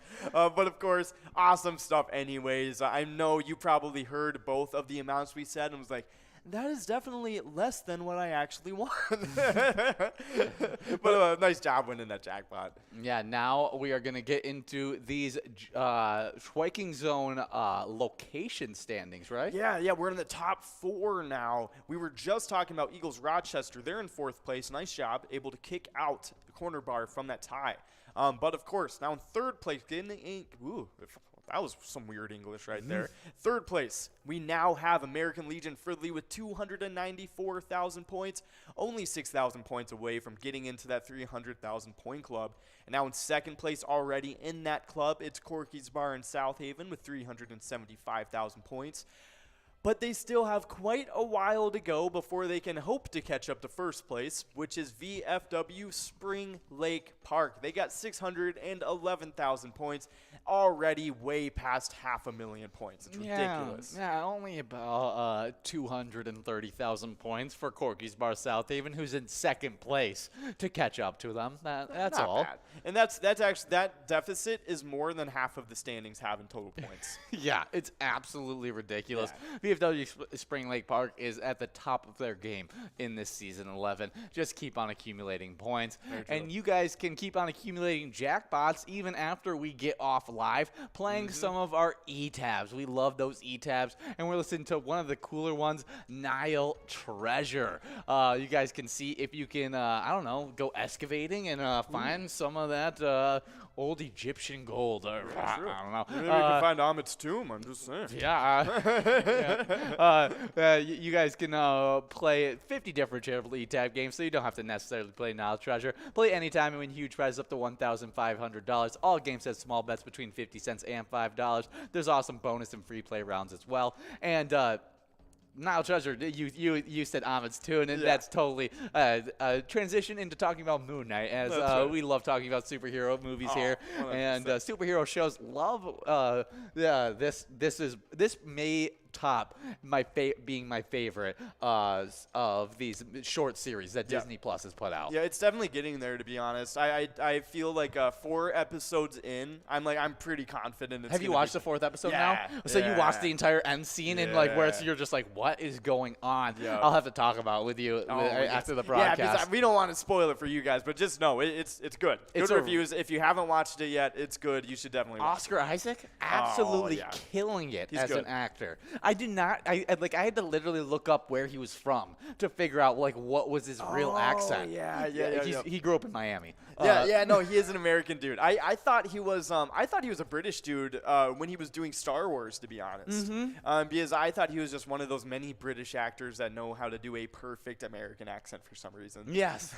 but yeah, it's really funny. I know. But yeah, Moon Knight so far, episode 4, definitely worth watching. You should check it out. Yeah, it definitely is a fun one. And And it involves all those Egyptian gods and stuff like that. And I've always been interested in like every kind of mythology, whether it's Egyptian, Roman, Greek, or whatever it is. I really enjoy it. And so being able to bring that into the Marvel series is super fun. Very true. But if you're playing now, before we get into that though, we do have JHHH over at Harold's Club taking away 1540. Nice up, but of course, if you are playing the E-Type game, Nile Treasure, and you find Amit's tomb, probably don't wake that up because I'm not too confident in Amit's judgment of me, to be honest.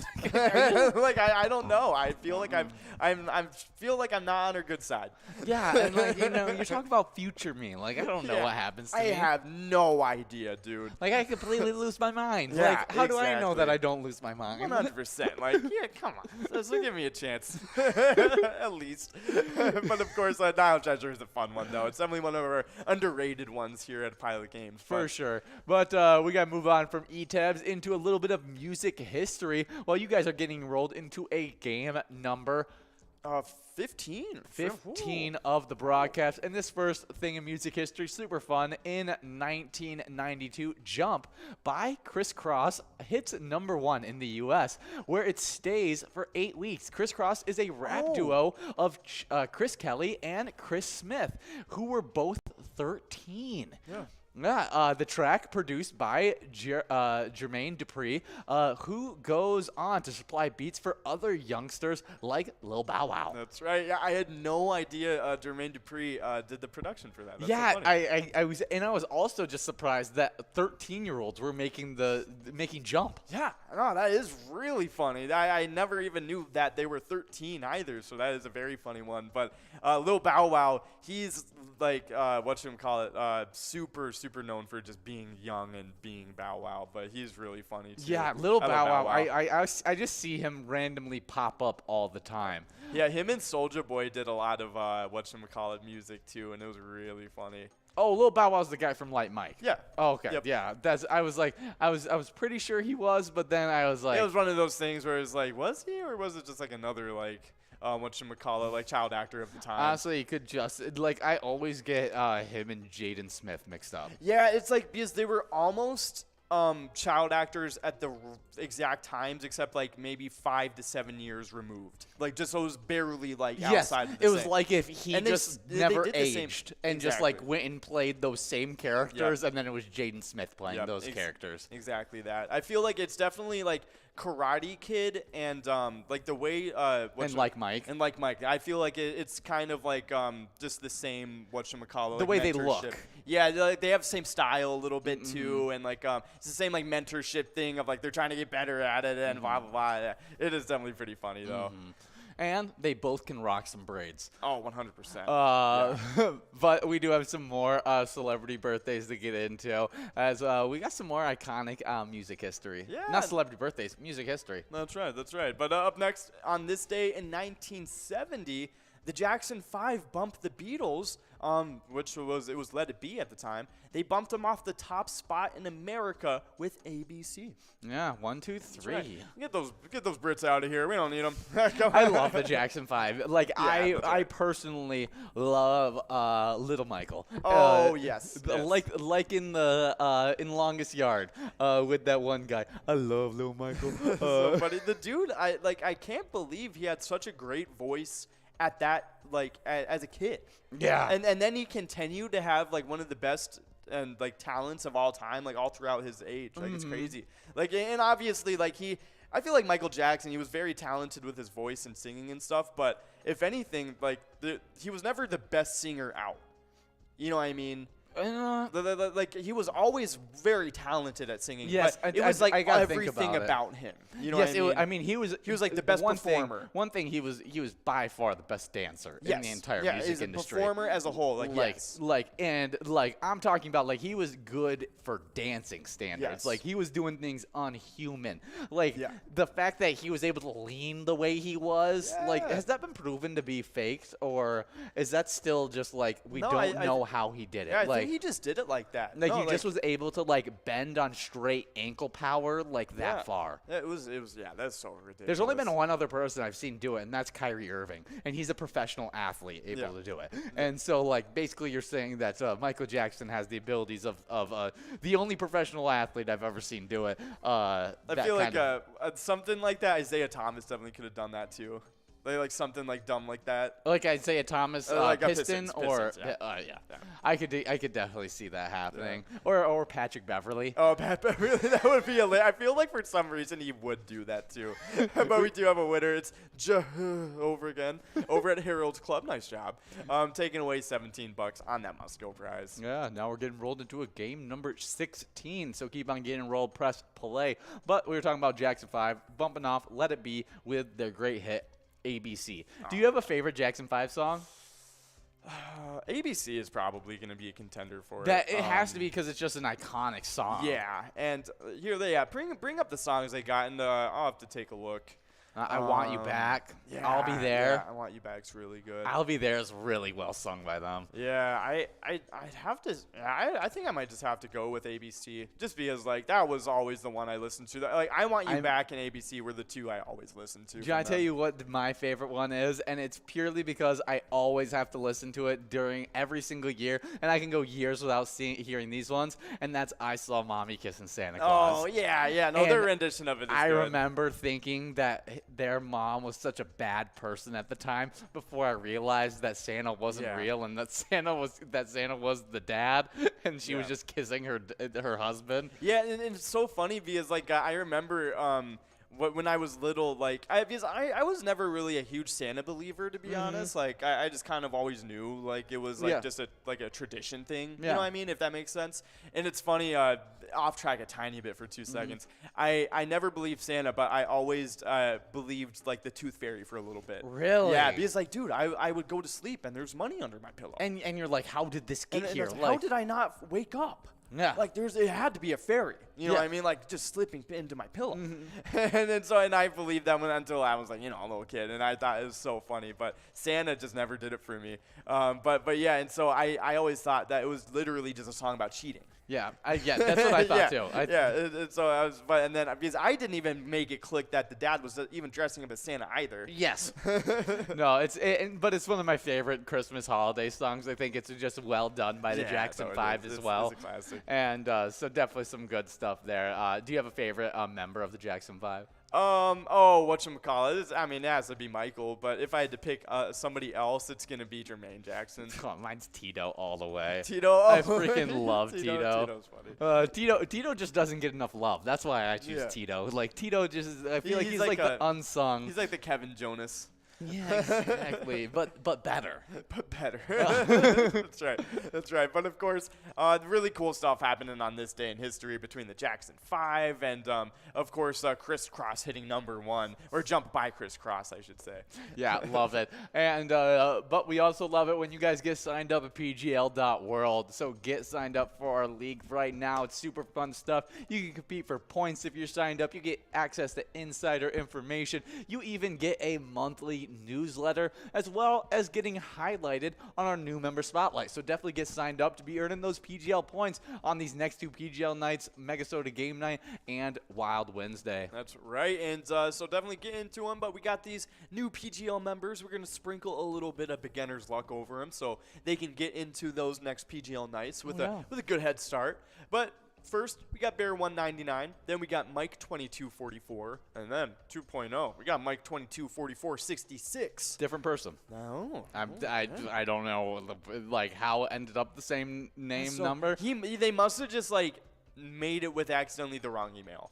Yeah, something like that. They must have just done that. Or maybe But it was completely different. Oh man, there has to be it is like the same, like it was at least like their friend or something. Yes, there has to be a reason why they're so similar. But I was taken back when I saw. There are ones that are repeats in here. Do you think it could have been Mike, like a Mike, like 2 Mikes same day signed up? The first Mike was like, all right, just Mike and numbers, Mike 2244. The other dude, it was also Mike, was like, all right, I'll just do Mike numbers, Mike 2244. And I was like, oh, that's taken. And I guess then I'll do added Mike 66. 2244 66. And just added another, Yeah, it's just another going even by number. twos. Yeah, going by twos. Yeah. Interesting. Maybe. But I don't know. That's so unlikely, though. I feel like I think it has. Has to be I think correlation. it has to be the same person or something. Yeah. I don't know how it happened, but it is. It did. It's like this. I don't know why the world is like this. Yeah, we got Opie Joe over at VFW Spring Lake Park taking home that Musco prize of $22 in a game number 16. That's right. Definitely some awesome stuff. But for this next game, we are going to take a quick break. So we'll be right back after this one. We'll see you guys in a sec.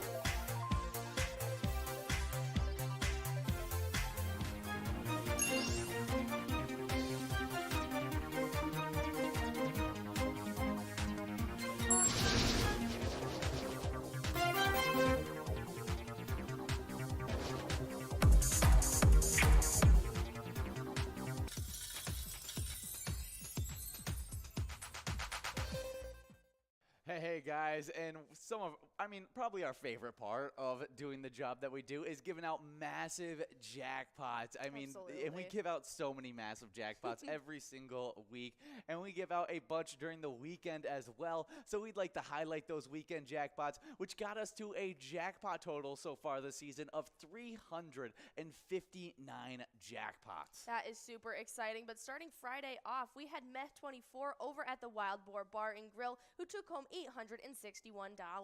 Good job, Matt. We also had Iron Tail over at Jimmy G's Bar, taking home $1,308. Nicely done. Then we had Sam and Diane over at McPete's Sports Bar and Grill, taking home $691. We also had Helen B-Day. Happy birthday, Helen, over at Wild Bill Sports Saloon in Rochester, taking home $1,030. Nicely done. Next up, finishing off Friday right, was Policy Man over at the Arlington Dugout, taking home a whopping $17,039.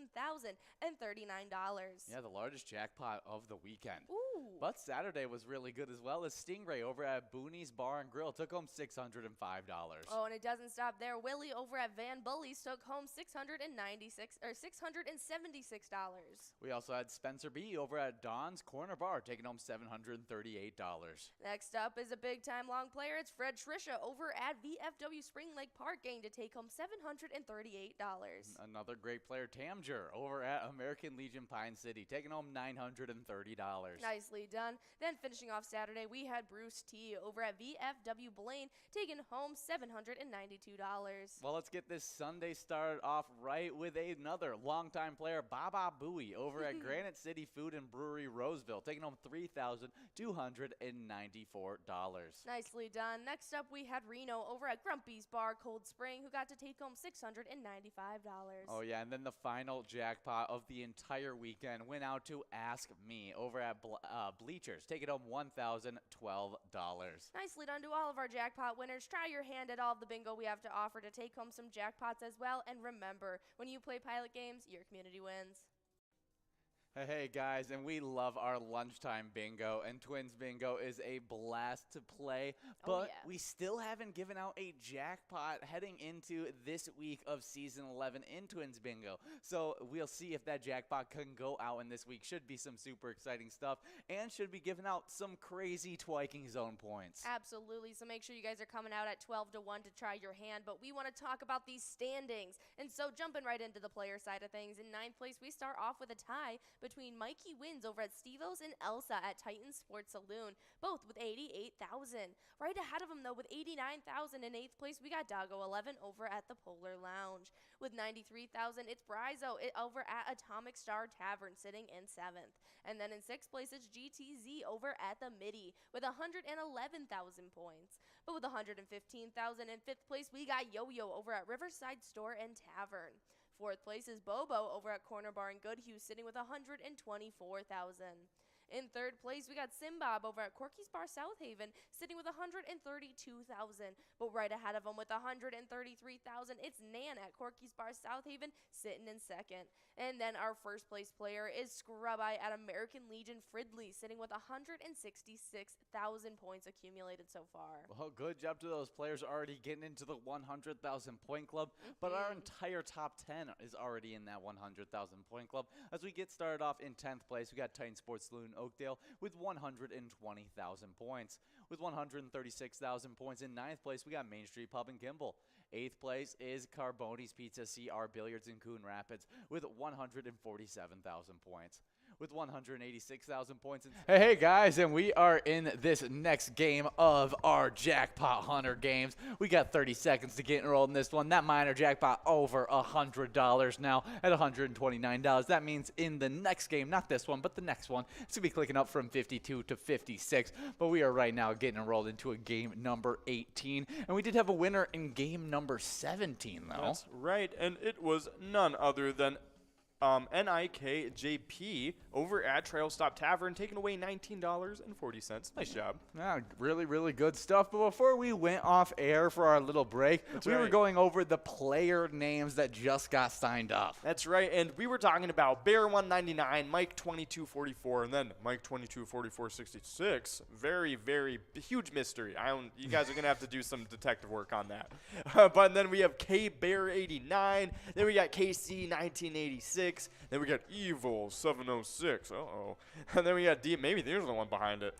And then we got D. Marie. We got Padre Hawk. We got Hot 15 Money. We got Kimmy. And then we got Lex, Carrie 73, and then KJ 218. All of those players. Oh, and then we got one KJ 218. Okay, that's the same player. That's the same player. Right.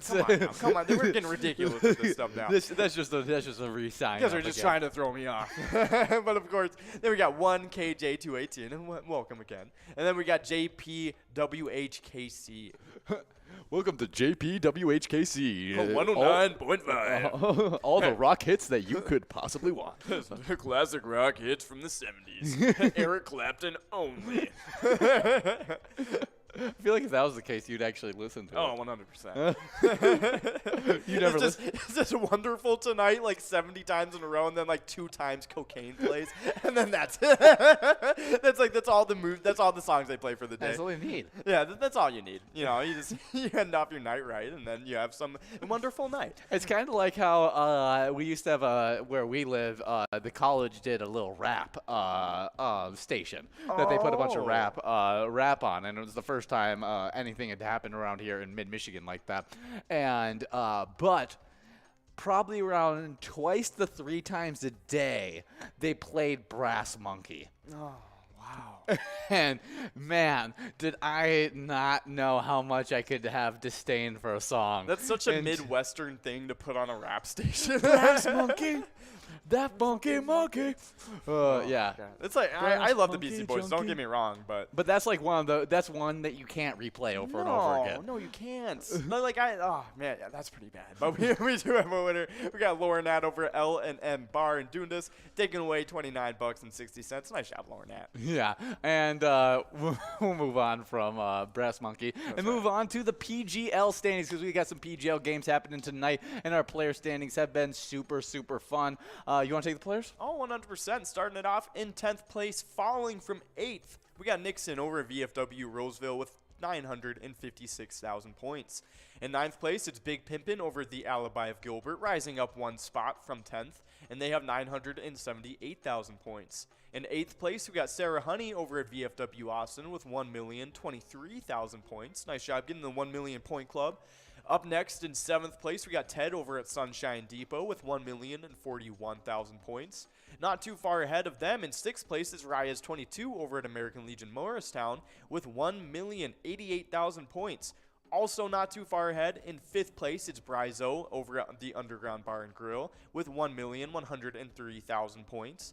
Then up next in 4th place, we got Forget You D over at Eagles Austin with 1,230,000 points. In 3rd place is none other than Big Dog over at Rustic Saloon with 1,487,000 points. In 2nd place, it's Keith over at Billy's Rockford with 1,731,000 points. And then finally, in 1st place, it's Bam Bam over at Stewartville Legion Post with 1,787,000 points. Yeah, and in the location standings in 10th place, we got Bex Pub and Becker with 3,297,000 points. With 3,387,000 points in 9th place, we got Neighbors Pub Dover. 8th place, getting bumped back from 7th, we got Atomic Star Tavern in Mankato with 3,522,000 points. Getting bumped back from 6th into 7th, we got VFW Northfield with 3,620,000 points.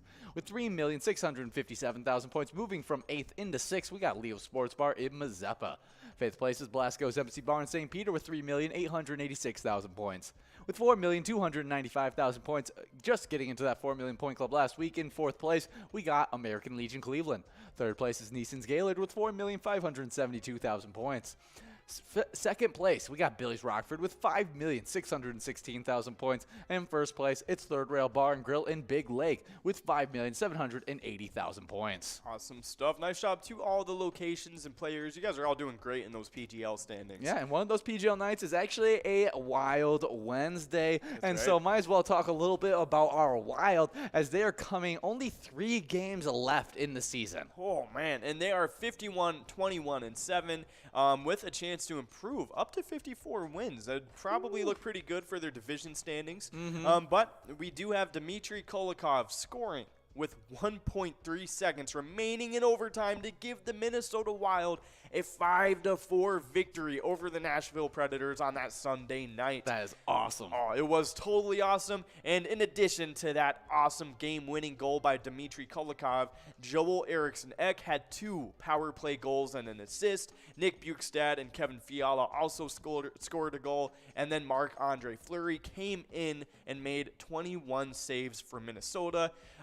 The Wild have actually won 5 straight as they battle with the St. Louis Blues for 2nd place in the Central Division and home ice for the team's first-round playoff series. Yeah, so, I mean, 5 win straight. It is all because we are trying to get that home ice advantage, and it is a tough showdown between us right now and the St. Louis Blues. Hey, we're ahead of them we're ahead of them only because of a tiebreaker. Yeah, we are Yeah, we are here. We're at the same amount of points. Same amount of playoff points. Absolutely craziness. Wow. Which I think is dumb because a lot of their points are coming off of overtime losses. Yeah. And I just think that is, who wants to get points off of an overtime loss? Yeah, you lost. You lost, but in overtime. But in overtime, you still lost. Yeah, that's right. So I don't know. I just feel like our Wild should have higher points since we have 50. We have 2 more wins than they do during this season. We have only 1 more loss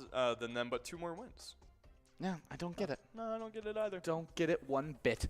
Well, they have a lot more ties. A lot more overtime losses. Overtime losses. That's crazy. It's not even a tie. It's overtime. Overtime loss. Yeah, it's interesting. I've never seen sports do it that way, but this is my first time following the NHL heavily. So yeah, very true. So I guess super good stuff. Hopefully our Wilds can keep on this really good streak. I do have to say though, it is fun like seeing this race now. For sure. No, I've gotten.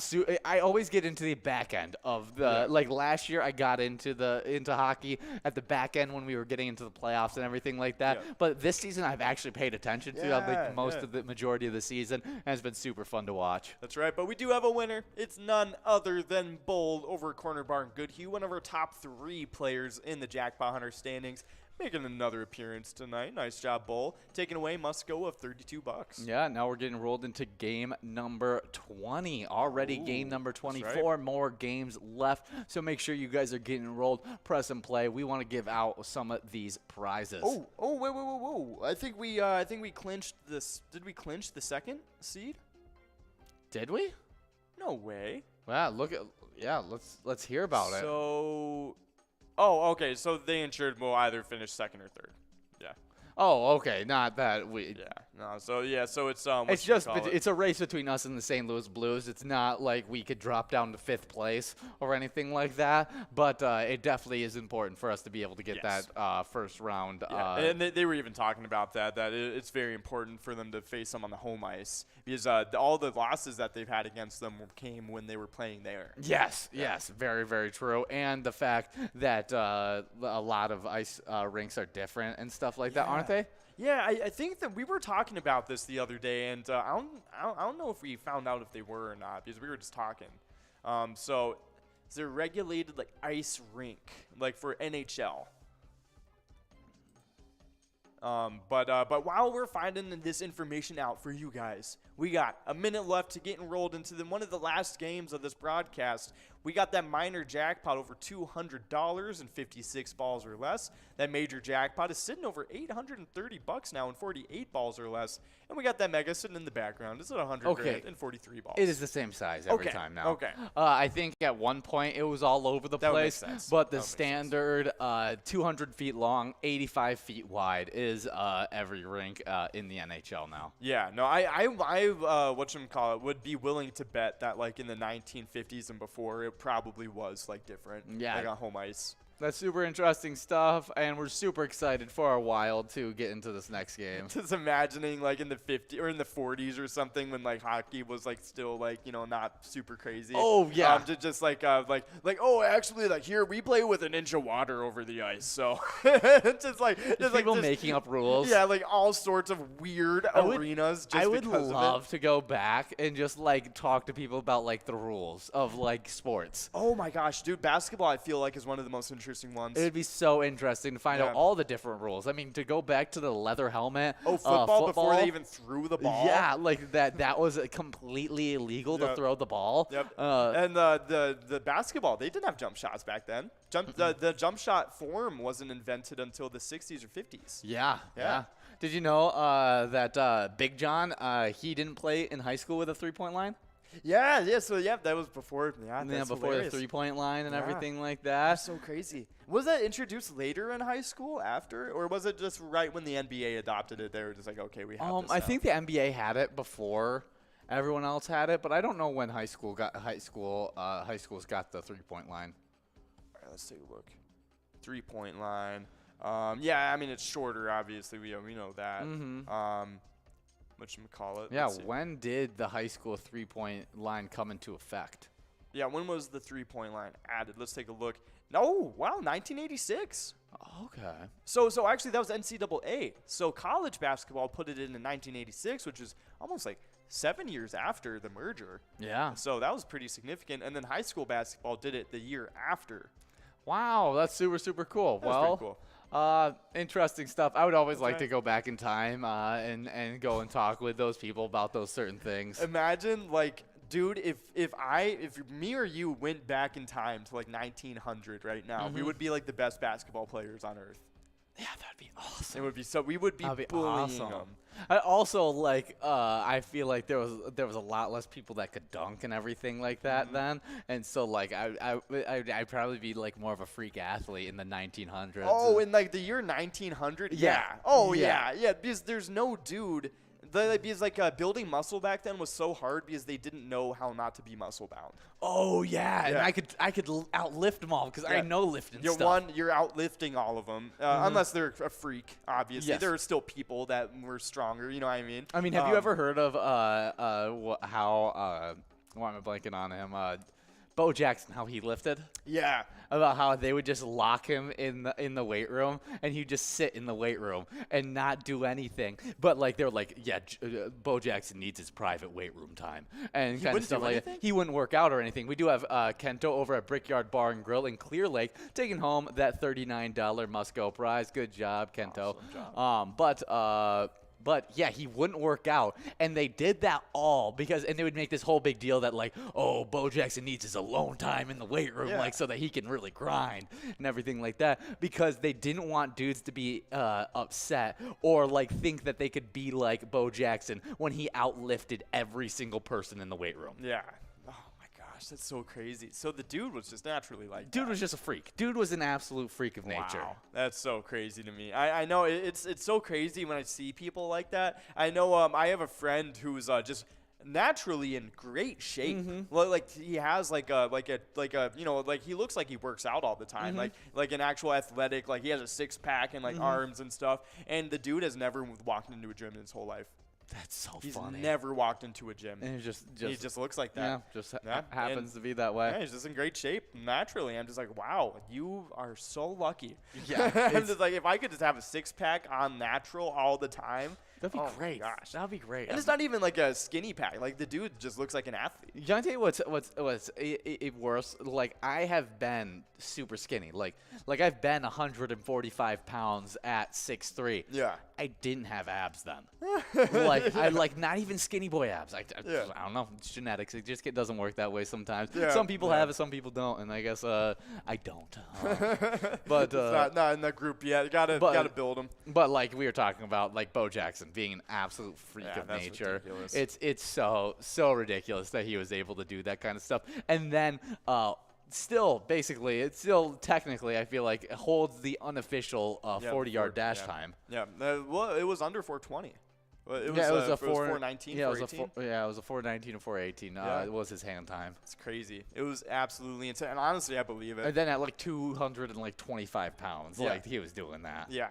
Oh, just absolutely insane. It's just one of those things you can't really fully wrap your mind You know, that's around. why he got his career-ending injury. Why? Was that the average player wouldn't have got a career-ending injury from what Bo Jackson, how he tore whatever it was in his leg. Yeah. It was because of the brute force of the power getting released from his leg, like pulling with the guy holding on to him, that it too much for his leg. it tore the muscle, and that's how it tore. It was like more due to him being so powerful and someone restricting that power from being able to like fully work right. Yeah. And that's how like the injury, like I'm pretty sure I'm saying this out of like old memory of a documentary, but That's one of those things. I've always had this like theory that like a lot of athleticism comes from like just the limiters that your brain places on your body. Yes. You know what I mean? So it's like so for that specific instance, it's like a normal person's body would be like, oh, I can't do that. So I'm like your muscle is not going to be able to do it. Won't do it. But with his body, it's like huh. You know what I mean? It's I'll like, do it. Yeah, just like it's just kind of going beyond that. It's kind of like the same essence of you can actually, it's kind of gruesome to think about, but you can bite your finger off if you wanted to. Yeah, that's it's just as easy as a carrot. but your brain stops you from doing it because, it's your brain telling you, like, no, don't do that. That's not a good idea. It's like it's the same essence of line of thinking that goes into why zombies bite a lot harder than humans. It's actually an actual science behind it. Because their brain won't stop them from chomping down and breaking their jaw. Because technically humans can bite down probably as hard as like a dog can. You know what I mean? Really? Jaws. Human jaws are pretty powerful, but it's like a lot of limiters are placed on it with our brains. It's because crazy. we have such control over all the brain function and everything like that. That is really, really cool stuff. But it's the same thing with jumping and being athletic jumping. Yes. And that's the only thing. It's purely genetic and based on the things in your ankles. Yes. If your brain wants to do it or not. It's so funny to me. But yeah, enough about brain waves and athleticism and carrots and stuff. Yeah, that's how a guy like Bo Jackson gets it done at least. That's absolutely It's just one of those ridiculous. things where it's like you just can't train your body to be like that. But of course. Fun fact: there was another guy that was just like Bo Jackson. I'll have to show you his. He has a whole documentary about him. But he's basically Bo Jackson, just freak athlete, could do anything he ever wanted, but did the Bo Jackson workout plan and gained so much weight. Couldn't stay on a football team just because he was so big. We do have Charlie over at Wild Bill Sports Saloon in Blaine taking home that Musco prize of $54.60, and that jackpot's going to continue to grow into this next game.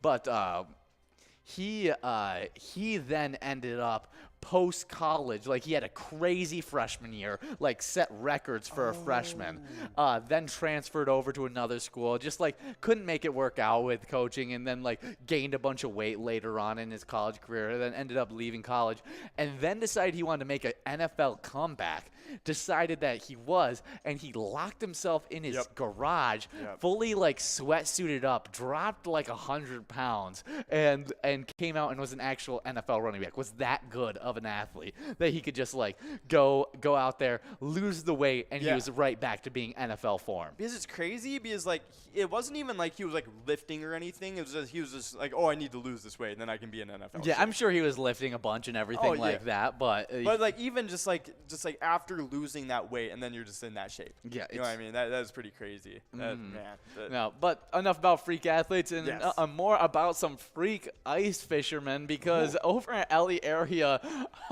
by Outdoors Weekly on April 22nd, ice is still good on the shoreline. Crappies are fighting on Fall, Birch, Armstrong lakes. Anglers are still going out with ATVs. That's hilarious. I feel like they're just it's all slush, so they're just going out fast enough to where they're just skipping on the slush. Just okay. It's I just have to maintain 35 miles per hour. Don't drop it. It's like that. It's like the bus that explodes if it goes under 35 or whatever. It's just that's what they're doing out there with that slush. That's so funny to me. Oh man, hey, I mean, if it's working for them, then hey. Yeah, I'm saying obviously they're able to go out. Yeah, it works out, and hopefully you're catching some good fish doing it's just that. a pier that's just ice. There's a bunch of dudes just chilling out there. That's so funny. But obviously, hopefully you guys are having fun with ice fishing and getting ready for that fishing opener coming May 14th. Yeah, super exciting stuff. And just like when you catch a big fish, when you win a big jackpot, take a photo of it. Hold that iPad up just like this guy right here and show us your smiling face. You can either be a jackpot image, or it could just be you playing with your friends, your favorite bartender, just you having a good time playing. Pilot Games is worth a player pick for us. And you can send those in on Facebook or by emailing them to jackpots@pilotsgame.com, or just putting the hashtag Pilot Games onto any of your post that includes a player pick. That's right. So definitely go ahead and do that. We love getting your player pictures and showing them off on the broadcast. But of course, we do have balls dropping on this very last game of Jackpot Hunter. We got that Musco prize at $85.40. We got that minor jackpot at $393 and 60 balls or less. And we got that major jackpot at $979 and 48 balls or less.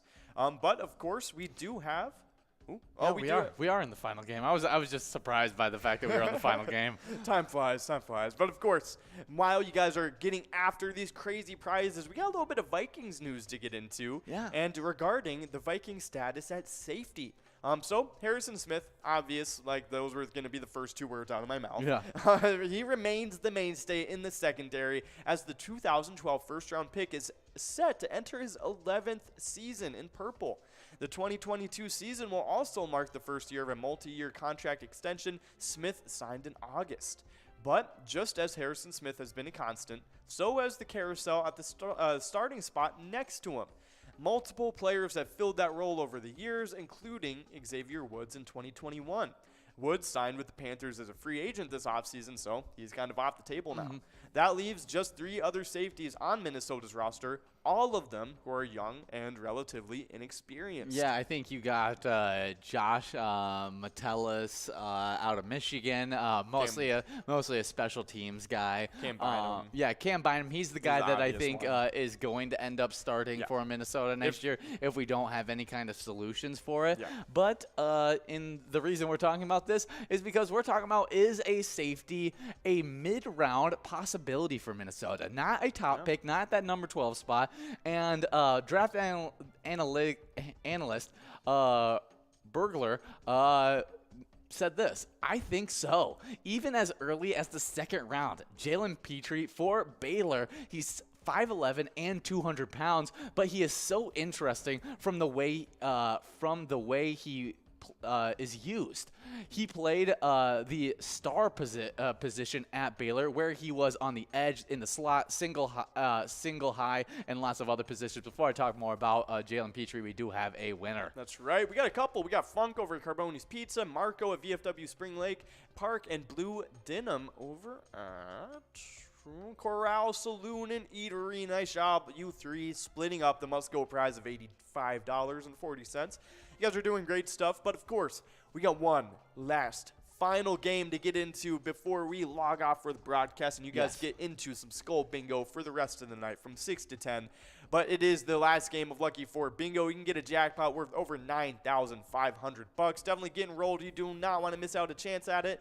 But we're still talking about maybe a possible solution at safety. Yes, we were talking about Jalen Petrie and all the different ways he was used at Baylor, lining up at the edge, in the slot, single high. Okay. He was Big 12 Defensive Player of the Year. He led the Big 12 in tackles for loss at the safety position. He can play downhill, but he also had 3 forced fumbles, 2 interceptions. If you're looking for versatility, you need a guy like Petrie. That's a name to keep your eye on for Vikings fans. Yeah, and hey, I got to say, Baylor, they weren't playing against scrubs last year either. They had a pretty decent, schedule. Yeah, definitely had a decent schedule. And Jalen Petrie, just really, really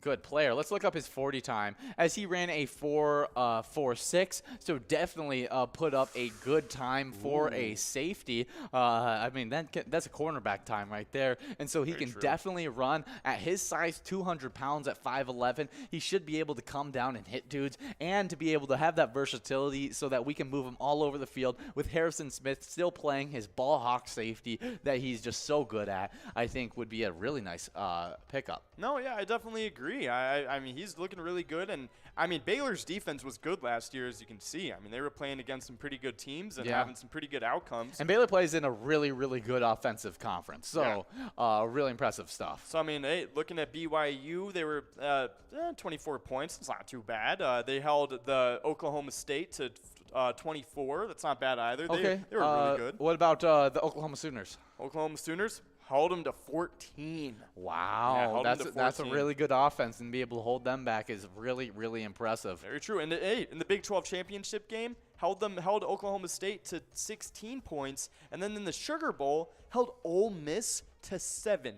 Wow, so their defense was really good, led by Jalen Petrie. That is a huge ad, and I think nice. I think he would be a really nice mid-round ad, whether he's 2nd round or 3rd round. I think he can definitely make an impact on this Vikings team. Yeah, I could definitely see that happening. Very talented, but we do have Corey falling out of the race for it. That's okay.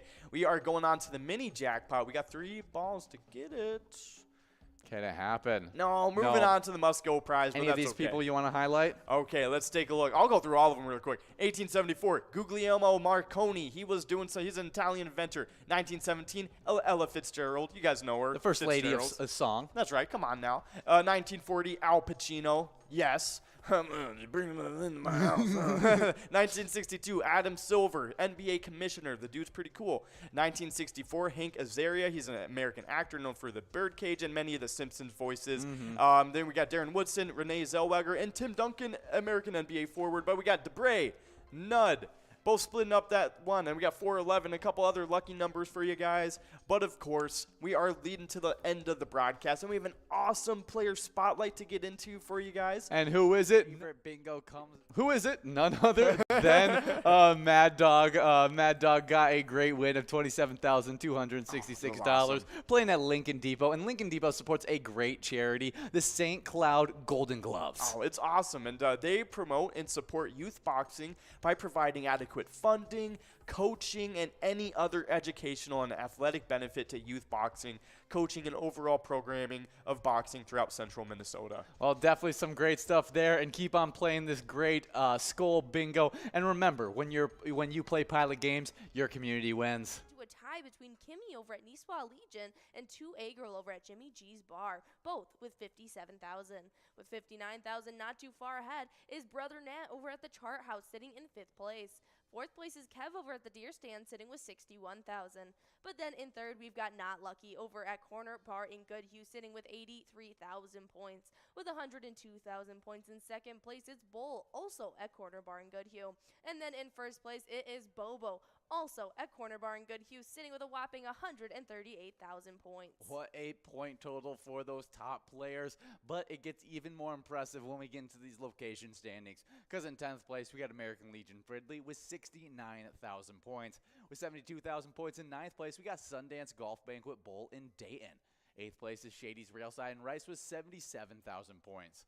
With 80,000 points in 7th place, we got Tasty Pizza Hangar 45 in Hilltop. 6th place is Billy's Rockford with 82,000 points. With 83,000 points in 5th place, we got Gas Can Bar and Grill in Brainerd. 4th place is Concordia Lanes in New Ulm with 95,000 points. Now we get into that 100,000 point club, because with 153,000 points in 3rd place, we got Carboni's Pizza, CR Billiards in Coon Rapids. 2nd place is VFW Spring Lake Park with 173,000 points. And then that number 1 location, you probably could have guessed it from the player standings. It's Corner Bar in Goodhue with 355,000 points so far this season. That is super impressive, but you guys need to be coming out from 4 to 6 each and every day to try your hand at the $1 edition of Jackpot Hunter during our happy hour show.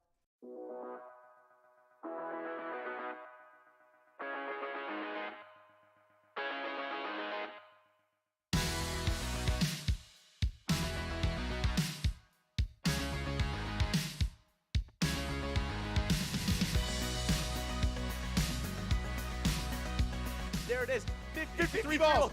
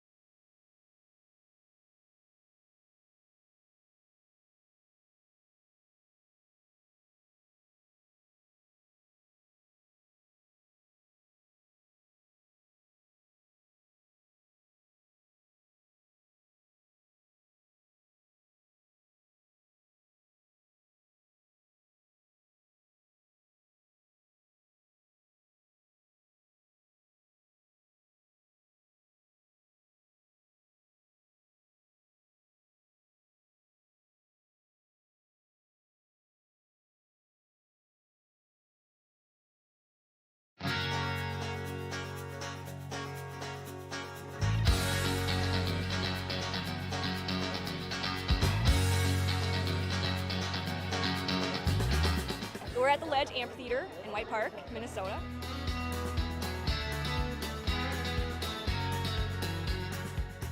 Saw the Blues Brothers 2 years ago with these guys. Blues Brothers 2 years ago was a lot of fun. Prior to that, it was the Beach Boys, and with John Stamos, it was awesome. I have never been to a PyCon event before. This is my first time, and I am loving it.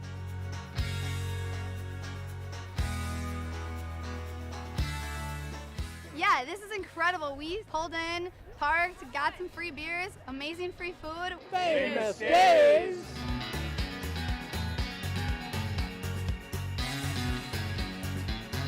Hey everyone, Famous Dave here, smoking up the best ribs in America. Having a great time so far. We got a picture with John Randall. It's pretty awesome. John Randall is like my favorite. Skol, skol, skol, baby! Really cool seeing John Kriesel. Really cool listening to him talk and his story. This is my first PyCon, and I've had a blast.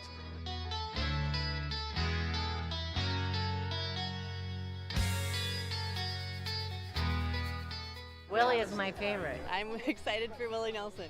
I grew up listening to Willie Nelson my whole life. Willie Nelson. Have a really nice day!